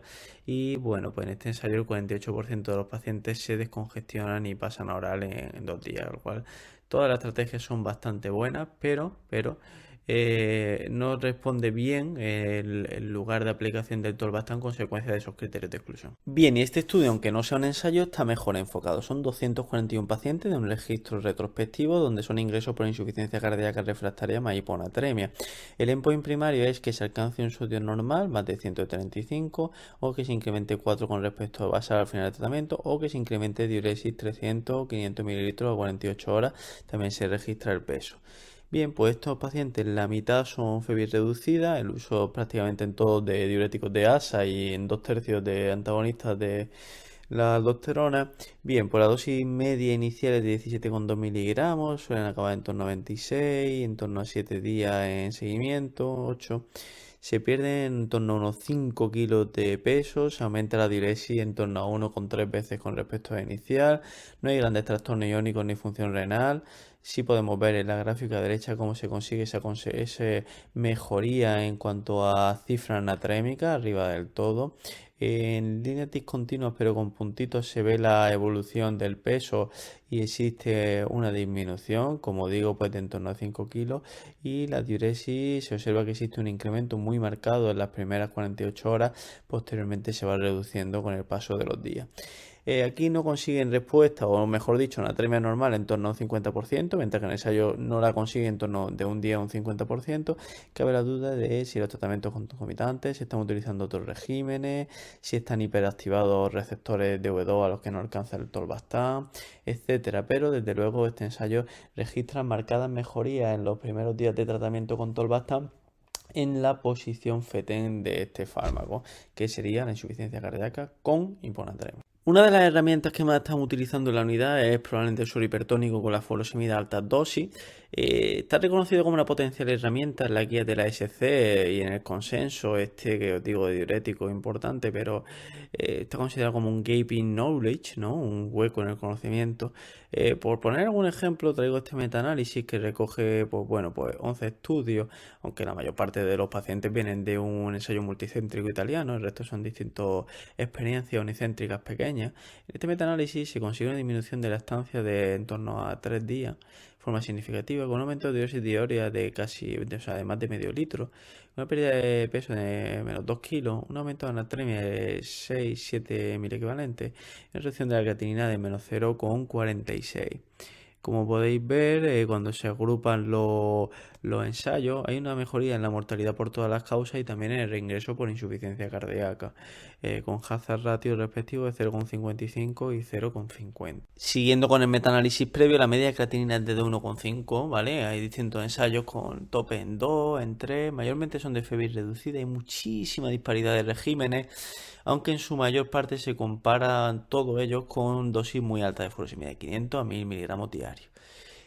Al final, el más extendido es el del SMAC HF, que es donde vienen casi todos los pacientes y que es el que la propia SEMI acoge en su protocolo, que es dependiente de natremia y que os dejo aquí a la derecha, y que aparte va acompañado pues de potasio, de restricción hídrica, de analítica diaria y, como digo, pues primero va la infusión del suero, y posteriormente iría la furosemida. Todos acabamos utilizando la dopamina en planta cuando estamos desesperados y no tenemos tensiones y no tenemos diuresis. Solemos utilizar esa dosis bajita de menos de 3 microgramos kilogramos minuto. Bueno, tenemos el Roche que intenta responder esto, donde se usa 2 microgramos kilogramos minuto, más furosemida, y eso se ve que no aumenta la diuresis ni cambio en cistatina C en 72 horas. Sí que hay un aumento de taquicardia de 7% versus 1 en placebo. Y en post-hoc, pues se ha visto que en la fiebre reducida podría mejorar descongestión, preservada empeoraría, pero todo esto está por confirmar. En base a todo esto, UpToDate desaconseja el uso y en las guías clínicas no lo vais a encontrar. Otra gran controversia es el uso de la albúmina. En solución, la práctica habitual es 40-80 miligramos de furosemida IV tras dosis de 6,25, 12,5 gramos de albúmina. Y lo cierto es que UpToDate actualmente lo desaconseja. Si lo revisáis, hablan de que bueno, hay pocos datos en albúmina menos de 2, donde quizás pudiera ser su nicho, pero actualmente lo desaconseja. Actualmente la bibliografía más potente que tenemos es este metaanálisis de 13 estudios con 422 pacientes con alta heterogeneidad, donde bueno, lo que se ve es un beneficio de 31 mililitros hora de diuresis, y podéis ver a la izquierda, pues donde se ve perfectamente en el diagrama, como bueno, pues estadísticamente significativo. Es verdad que hay un estudio que da la impresión de que es el que lleva prácticamente la significación, pero lo cierto es que cuando se suprime ese estudio, que es el de Su del 2006, sigue saliendo estadísticamente significativo y se reduce la heterogeneidad. Un metaanálisis con altísima heterogeneidad, y cuando luego se trata de ver qué ocurre, pues como podéis ver a la derecha, se observa que bueno, pues existe un mayor beneficio cuando se excluye la insuficiencia renal aguda, pero sobre todo donde más diferencia hay es en que los pacientes tengan una albúmina de base de menos de 2,5, que los pacientes tengan más de 1,2 de creatinina, que tengan menos de 60 de filtrado, parece que con dosis más altas de furosemida también, con formulaciones de albúmina con mayor dosis también, y esto es muy interesante, con menos de 12 horas de utilización. Parece que posteriormente el efecto se va perdiendo y por tanto el efecto sería sobre todo en las primeras horas. El levosimendan es un fármaco que está limitado a reducida Podría utilizarse como inotropo y bueno, sería más de aspecto ambulatorio. Sacubitril/valsartán sabemos que actualmente está limitada o reducida. Podría tener un papel por inhibición de la degradación del BNP, promoviendo la natriuresis, la vasodilatación y contrarrestando el eje renin-angiotensina-aldosterona. Y bueno, pues hay algunas revisiones que plantean reducir diuréticos al introducirlo por hipotensión, pero actualmente tenemos pocos ensayos que nos den información de esto, ¿vale? En cuanto al uso de sacubitril/valsartán en resistencia diurética, yo no encontré bibliografía al respecto. La ultrafiltración es con frecuencia el último escalón de la escalera. Es uno de los últimos pasos en la escala de resistencia por su alto coste, por su menor accesibilidad, por las complicaciones técnicas que conlleva. Hay falta de evidencia en cuanto a endpoint duro, de supervivencia, rehospitalizaciones, que bueno, pues lógicamente disminuye peso y volumen. Se considera que no, en esta revisión, que es bastante completa, que no se debe de realizar extracciones de más de 250 mililitros por hora y en fallo derecho preservada incluso 50-100. Se defiende el uso del peso seco y bueno, pues se habla de, este artículo da más preguntas que respuestas, de limitar al 60-80% del peso del paciente y a partir de ahí seguir con los diuréticos, de monitorizar la presión venosa central, de si es un procedimiento que a lo mejor debería tener mediciones de esa presión venosa invasiva o si quizás sería suficiente con la cava por eco, todo eso está por ver. En esta revisión se exponen beneficios potenciales de la ultrafiltración y bueno, como podéis ver, pues el hecho de que exista esa disminución del gasto cardíaco debido al fallo cardíaco crónico, pues se define como cardiorrenal. Sabemos que ese cardiorrenal pues lleva hemodinámico alterado, activación neurohormonal, reabsorción de sodio excesiva, inflamación, estrés oxidativo, lo cual con fármacos nefrotóxicos todo ello lleva a una disminución del aclaramiento de agua y un aumento de la reabsorción de sodio. ¿Cuáles son las ventajas que permitiría la ultrafiltración? Para empezar, pues serían orina isotónica en vez de hipotónicas como la de los diuréticos y por tanto permitirían extraer pues, un mayor porcentaje de sodio del incrementado corporal. Permiten una extracción pues, predecible de sodio y del líquido, permiten recuperar la respuesta diurética sin cambios iónicos, con una descongestión más eficaz y menos eventos de insuficiencia cardíaca, mejor filtrado glomerular y eficacia. Según expone todo esto esta revisión. Y además, bueno, pues también se expone en cuanto a características comparativas, pues que no existe una activación neurohormonal directa, que se extrae isotónico, que bueno, pues se puede controlar de forma precisa, como ya hemos dicho. Es verdad que necesita anticoagulación y un circuito extracorpóreo y pues ya hemos comentado la ventaja en cuanto a menor alteraciones iónicas. Aquí os dejo un resumen de los principales ensayos de ultrafiltración.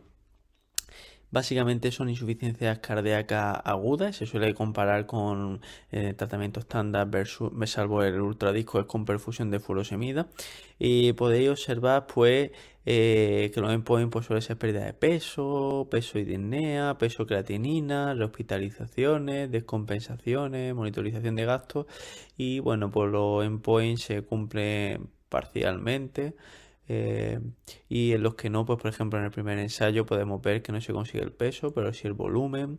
En el segundo pues se consigue un poquito más de peso con respecto al standard care, pero no de disnea, aunque sí de rehospitalizaciones y de visita a urgencia. En el CARRES se produce de hecho más efectos adversos. En el cuore hay una disminución potente de rehospitalizaciones y también en cuanto se incluye la muerte. En el AVOID no se consigue posiblemente por reclutamiento ineficaz, la descompensación, aunque ya parece que había una tendencia a menor rehospitalización y en el ultradisco, bueno, pues parece que se cumple tanto la monitorización de gasto cardíaco como también el score de síntomas. Todo esto se va a seguir investigando. Tenemos el PUR-HF, donde se estudian hospitalizaciones por insuficiencia cardíaca, insuficiencia cardíaca aguda, 90 días y muerte cardiovascular. Y bueno, luego hospitalizaciones por insuficiencia cardíaca, escala de calidad de vida, tiempo hasta resolución de congestión y pérdida de peso. Parece que se va a ensayar ultrafiltración más diurético dosis baja versus diurético, pero ni siquiera el algoritmo está publicado y todo esto estará por ver. Y bueno, pues queda mucho por hablar de ultrafiltración en contexto ambulatorio, con intención de recuperar respuesta diurética y dispositivos de ultrafiltración. La técnica de diálisis peritoneal es similar a ultrafiltración, presión en domicilio, en 2-3 sesiones más continuas. Este estudio es muy interesante, pertenece al grupo de Núñez, y bueno, pues son 62 pacientes, NIHA 3-4, infiltrado menos de 60, con congestión refractaria diurético y más de un ingreso por insuficiencia cardíaca aguda. Y es muy interesante porque introduce un grupo control, algo realmente complejo en este tipo de estudios. Y todo el grupo control pues está muy bien balanceado, incluso se utilizan propensity score, pero realmente no es tan necesario porque son enfermos que en principio cumplían criterios de inclusión, pero no se utiliza finalmente porque no quieren los pacientes o porque tienen defectos de pared abdominal fundamentalmente. Las características basales son 73 años, Charson 4, filtro mediano 30, FEBI mediana 38,5, dosis mediana 160 miligramos 10 de furosemida, 16 meses de mediana de seguimiento, 63% fallecen y fijaos que hago un riesgo relativo de mortalidad de 0,4, significativo, con un número necesario para tratar para mortalidad de 3,5 pacientes, que está muy bien. La curva de arriba es la de la mortalidad, la curva de abajo mortalidad más reingreso, y veis cómo se separan y son estadísticamente significativos. Y aquí vemos la diferencia de riesgo relativo para mortalidad, y vemos cómo pues existe una diferencia precoz entre grupo control y diálisis, y además se mantiene en el tiempo. Bueno, pues aquí os extraigo fundamentalmente las conclusiones de estos dos registros, ¿vale? Perdón, de estas dos revisiones. Se ponderan como beneficios de esta técnica la reducción de volemia y de soluto, disminuyendo la presión renal y abdominal, la limpieza de posible de citoquinas inflamatorias por el drenaje de ascitis, de edema, aprovechando la membrana peritoneal propia, que es semipermeable. Hay beneficios en algunos estudios en cuanto a peso, clase funcional, ingresos, hospitalizaciones, función ventricular. Hay estudios que suelen ser de 20 a 120 pacientes, observacionales, con filtrados bajos, con fiebre reducida, con NIHA avanzada y Charson elevado y mortalidad elevada, como el que acabamos de ver, y ese posiblemente sería el lugar de aplicación. Y bueno, pues en ERCA, que precisa hemodiálisis, pues hay beneficios potenciales, pues podría presentar menos tasas de hiperpotasemia, menor aturdimiento miocárdico, menor activación neurohormonal por un intercambio lento y una mejor preservación de función residual. Y luego la incidencia de peritonitis año es relativamente elevada, y eso también hay que tenerlo en cuenta, estaríamos hablando del 14,5%. En esta gráfica podríamos ver agrupados diversos ensayos y podemos observar cómo pues, tienen muchísima heterogeneidad entre ellos todos estos estudios, pero favorece hacia la diálisis peritoneal en cuanto a estancia hospitalaria. En cuanto a situaciones emergentes, Asturias recomienda que si no hay respuesta y una posca argumentada, una emergencia hipertensiva, una IAO severa, una IM severa, puede tener un papel nitroprusiato, necesitaría monitorización arterial. Y si es un caso de una precarga aumentada, pues un edema agudo de pulmón con poco componente periférico, puede tener más papel la nitroglicerina. ¿Y qué tenemos para el futuro? Bueno, pues tenemos dos moléculas que pueden ser prometedoras, el uralitide, que estaría más efecto vasodilatador y tiene demostrado mejoría en parámetros de congestión a corto plazo y insuficiencia cardíaca intrahospitalaria, aunque no mejoría en muerte cardiovascular, y la serelaxina, que tiene esos dos ensayos, efecto vasodilatador, aumento de flujo renal, mejora de disnea, pero no en reingreso, ni muerte cardiovascular, ni insuficiencia renal. ¿Y por qué darle tanta vuelta a la congestión refractaria? Bueno, pues porque ensombrece el pronóstico. Fijaos este subanálisis sobre el Everest, donde se coge el grupo placebo, son pacientes 2061, menos de 48 horas, fiebre reducida, 2 más días de disnea, perdón, 2 más puntos en un score de disnea, edema o ingurgitación venosa yugular. Se siguen en torno a 10 meses, ¿vale? A la derecha tenéis pues los scores que son de 0 a 9 en cuanto a disnea, ¿vale? Y vais viendo por ordenados de abajo arriba sería de menos a más disnea, los porcentajes de pacientes en cada grupo, al basal y luego al alta. Y veis que al alta, pues lógicamente los scores son mucho menores, pero ojo que hay algunos pacientes que se van con scores altos. Entonces, bueno, pues se hace ese score que estoy diciendo es fundamentalmente a partir de ortoné, ingurgitación venosa yugular y edema pedio. Y bueno, pues se ve qué pasa con los pacientes pues que tienen pues congestión y los que se van de alta sin congestión. Y se ve que por cada punto del score que se suma, y lo tenéis ahora abajo a la izquierda, pues existe un mayor hazard ratio pues de hospitalizaciones por insuficiencia cardíaca, ¿vale? De forma global 1,07, de mortalidad por todas las causas y del combinado, lógicamente. Y además podéis ver las curvas y cómo con scores pues, de 3 a 9 se diferencian claramente de otros scores.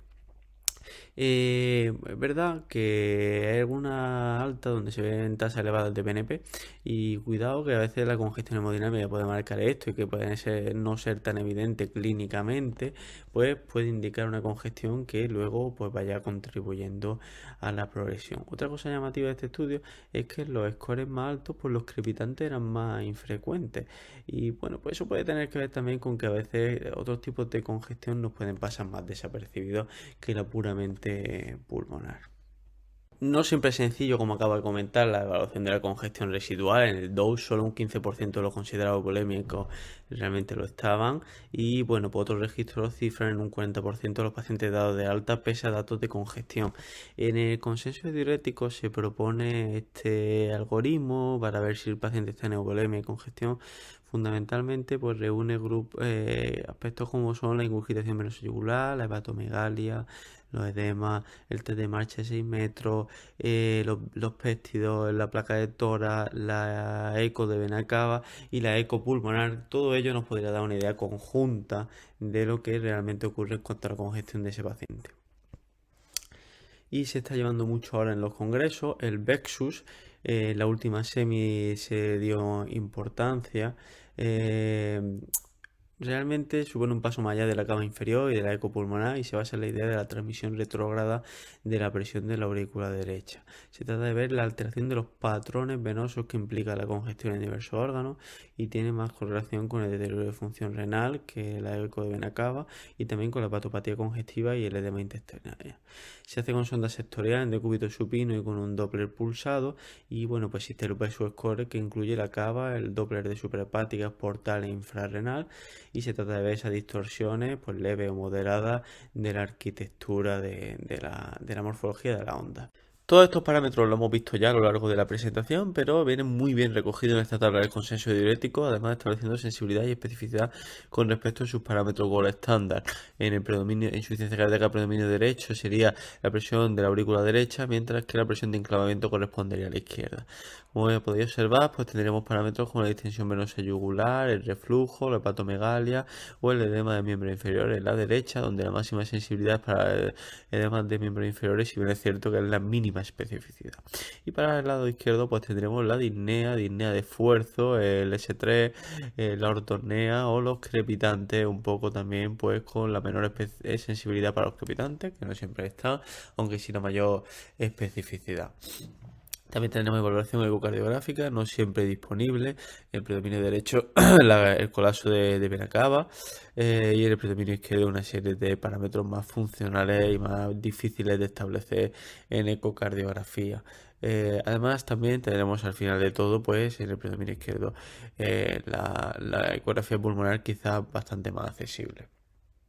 Yéndonos un poco a atisbar lo que puede ser el futuro, tendríamos otra manera de detectar la congestión residual que es el CardioMIMS, un dispositivo que se evalúa en el Champion. Es un dispositivo básicamente lo que hace es una monitorización de presión en la arteria pulmonar y así puede detectar precozmente el comienzo de la congestión. El Champion es un ensayo donde se autorizan 550 pacientes a ciego simple, pacientes que se observa cuáles son sus hospitalizaciones por insuficiencia cardíaca a 6 meses y son un 31 versus 44, con un hazard ratio de 0,7 con una tasa de complicaciones por dispositivo bastante bajita, 1,5. Se hace un seguimiento posterior a 18 meses donde sigue existiendo un hazard ratio significativo. Sin embargo, en cuanto a estos dos pivotales, pues hay incertidumbre. Para empezar, un ciego simple. Para seguir, las enfermeras del ensayo son pertenecientes a la compañía. Existe evidencia de comunicación entre los investigadores y la compañía con recomendaciones de manejo fuera del protocolo establecido. Estadísticamente es débil, porque solamente 2 ingresos más en una rama hubieran eliminado la significación y hay una alta tasa de abandono, ya que, bueno, pues Eso es una complicación teniendo en cuenta que es una terapia con un coste inicial bastante importante y que requiere de tiempo para ser costo efectiva, con lo cual el abandono pues realmente perjudica mucho. Bien, se hace luego posteriormente este estudio posaprobación, ya nos dan dato económico, 18.000 dólares de implantación más 70 euros más 70 dólares de mantenimiento mensual por Abbott. Y bueno, pues este estudio por aprobación con 1.200 pacientes NIHA 3 que hayan ingresado por insuficiencia cardíaca aguda en menos de un año. Pues es un estudio pre-post sin grupo control. Como podéis observar, a la derecha tenemos significación para eventos de insuficiencia cardíaca en A y también para hospitalizaciones en B. Y abajo podéis verlo por FEBI y son significativos en todas las FEBI, ¿vale? Una fuente de sesgo, pues que estos pacientes tienen una obtención aumentada con respecto a previo al ensayo, con 1,6 cambios de tratamiento al mes. Este dispositivo ha sido valorado precisamente en un campo en el que puede tener un beneficio adicional, que es en la obesidad. La obesidad dificulta la evaluación de la congestión. La ingurgitación yugular no siempre es visible, los edemas en los miembros inferiores son de origen multifactorial, hay fluctuaciones de peso no debido a la congestión, los BNPs pueden ser falsamente negativos y además la obesidad per se conlleva una activación neurohormonal. En este registro de 1.200 pacientes NIHA 3 y con un ingreso por insuficiencia cardíaca aguda en los últimos 12 meses, se trata de ver qué ocurre en los distintos estratos de IMC en las distintas FEBI. Como podéis ver en la gráfica de arriba a la derecha, se observa que en todas las FEBI y en todos los IMC existe una disminución de las hospitalizaciones en el intervalo pre-post. Y además abajo podéis ver que cuando se comparan los cambios en milímetros de mercurio de presión arterial media, los grupos con mayor variación, con mayor disminución, son los grupos de FEBI reducida, tanto en IMC menos de 35 como en IMC más de 35. Las diastólicas iniciales son mayores en los IMC de mayores de 35 y además existe una reducción de más del 50% en eventos en todos los grupos de IMC y de FEBI. Actualmente UpToDate desaconseja su utilización. Está aprobado por la FDA para NIHAS 3 con ingreso en el último año. En la última guía de insuficiencia cardíaca pueden tener un Maybe Considered con recomendación 2B, evidencia B. Y el Guide HF, que es el último ensayo, está publicado en agosto de 2021. Como novedades, meten NIHAS 2 y 4 y de hecho le sale una tendencia a mejoría en 2 que en el 3. Y BNP alto sin ingreso reciente. Como endpoint primario, mortalidad por todas las causas y eventos de insuficiencia cardíaca aguda. Fijaos que tiene un hazard ratio 0,88 con una P no significativa, pero aquí introducen como excusa el COVID y observan que en el periodo pre-COVID tiene una P significativa y un hazard ratio de 0,81, sobre todo en base a eventos de insuficiencia cardíaca que de hecho, como lo veis abajo, sale 0,76. Según ellos, bueno, pues se pierde un poco el beneficio porque en general hay una reducción de mortalidad para la población general durante la pandemia COVID y el confinamiento. Sea como fuere, habrá que ver un poco qué ocurre en el futuro con esta herramienta que parece prometedora. Hay otras posibilidades que están en estudio, como es un cambio en el hematocrito agudo, que es más conocido, pero también guiado por bioimpedancia y marcadores como son en GAL, que es un marcador de seguridad renal y que no se eleva en el extremo dinámico renal, mientras que sí lo haría la creatinina y nos daría un margen de seguridad, es decir, que no se ve tanto disfunción renal como la hemodinámica. Y bueno, lo que queda después es que queda tras la congestión. Bueno, pues tras la congestión, vuelta al tratamiento crónico. Esta tabla que es del posicionamiento de diuréticos y que intenta adaptar a nuestro medio, pues tendríamos los diuréticos de asa a la mínima dosis eficaz, tora más que furo, desde luego, y esto pues basado también en la OMIPI, cuando el paciente cumpla criterios y médicos de atención primaria. Probablemente en dosis similar a la basal o 1,5 y vigilar diuresis.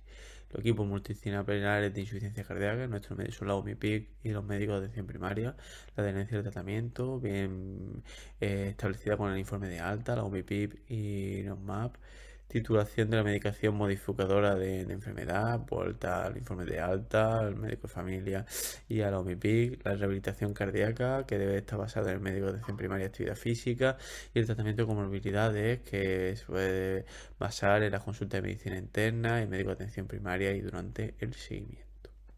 Bien, como resumen de todo lo anterior, vamos a ponernos en nuestra situación. Tenemos un paciente que viene con insuficiencia cardíaca aguda con congestión. Lo primero, si ese paciente tiene datos de shock cardiogénico, ahí está el papel de levosimendan y noradrenalina, pero si no, lo primero que tenemos que plantearnos es si ese paciente tiene uso de diurético de asa. Si no lo tiene, estaríamos ante una utilización de furosemida 20 o 40 en bolos, un poco en función de la congestión. Y si la tiene, pues tendremos que aumentar pues, desde su diurético a la misma dosis, pero en IV, hasta multiplicar por 2,5 esa dosis en IV. Hay que vaciar la vejiga previamente a las mediciones que vamos a hacer y en ese momento empezaríamos a registrar la orina y cogeríamos la natruria y veríamos a 2 horas qué ocurre y la diuresis a 6 horas, tratando de alcanzar una natruria en 2 horas de 50-70 mil equivalente o bien una diuresis de 100-150 mililitros hora. Bien, si eso se consigue, pero podríamos repetir las dosis cada 12 horas hasta la resolución. Si bien es cierto, si hay mucha congestión, se podría intentar reducir los intervalos. En el caso de que no, habría que doblar la dosis de furosemida y probablemente ya estemos en el terreno de la resistencia diurética. La guía de insuficiencia cardíaca y el consenso de diuréticos recomiendan ir doblando dosis para alcanzar esos objetivos que os pongo ahí. Si bien es cierto que no hablan del bloqueo secuencial de la nefrona hasta alcanzar dosis máxima de diurético de asa. En nuestra posición creemos que a partir de 40 miligramos de furosemida por dosis que sea ineficaz ya es un buen lugar para el bloqueo secuencial de la nefrona. No perder de vista que estos pacientes pueden ser pacientes que si tienen respuesta a los bolos, pero tienen necesidad de alta dosis, pueden beneficiarse de un elastómero de forma ambulatoria. Como digo, bloqueos secuenciales donde entraríamos con cada una de las pistas y son los que hemos hablado durante toda la sesión. Hipernatremia y hiperpotasemia serían pacientes para cortalidona y hidroclorotiazida. Hiponatremia dilucionales serían pacientes para tolvastán. Hipertenso, hipopotasémico, hipercalúrico, fiebre reducida o intermedia en base al TopCat serían pacientes para espironolactona. En un segundo nivel de evidencia, si hay una ineficacia de todo lo previo y no estamos todavía para hipertónicos, podemos valorar el uso de acetazolamida. En pacientes hipoalbuminémicos y que no lo vayamos a usar más de 12 horas, podríamos valorar el uso de albúmina. En pacientes que estén hipotensos, con depresión intravascular, con hiponatremia, con un componente cardiorenal, nosotros abogamos por el uso del hipertónico muy por encima de la furosemida en perfusión. Y en cuanto a pacientes que tengan diabetes 2, riesgo cardiovascular, enfermedad renal crónica, de momento lo dejamos en un segundo nivel, lo SGTL2, en concreto la EMPA, probablemente esto lo vamos a ver ascender hasta un nivel más alto.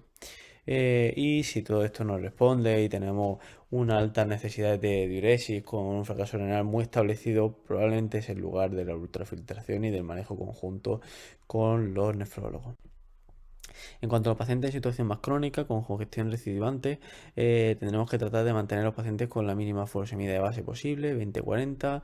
Un paciente que se descompensa poco, menos de una vez al año o menos de 3 visitas de urgencia, se podría plantear mantener con las mínimas dosis factibles o nulas si es posible y valorar derivar la primaria. En el caso de que tenga descompensaciones frecuentes, habría que enseñar al paciente a escalar en base a peso, mandarlo a la UMIPIC, hospital de día, valorar el cambio de torasemida si existe estabilidad y si hay furos por más de 80 o tora por más de 20 estaremos en el terreno de la resistencia diurética. Ahí volveríamos a la escalada de furo y torasemida más el bloqueo secuencial y aquí tendríamos más o menos las mismas pistas con la salvedad de que SGTL2 asciende en evidencia mientras que tolvastan se reduce teniendo en cuenta que actualmente y de una forma crónica la única indicación que está aprobada en nuestro país sería el SIADH y por tanto aunque probablemente tenga una utilidad en hiponatremia dilucional, las indicaciones del fármaco no nos permiten hacer otra cosa ahora.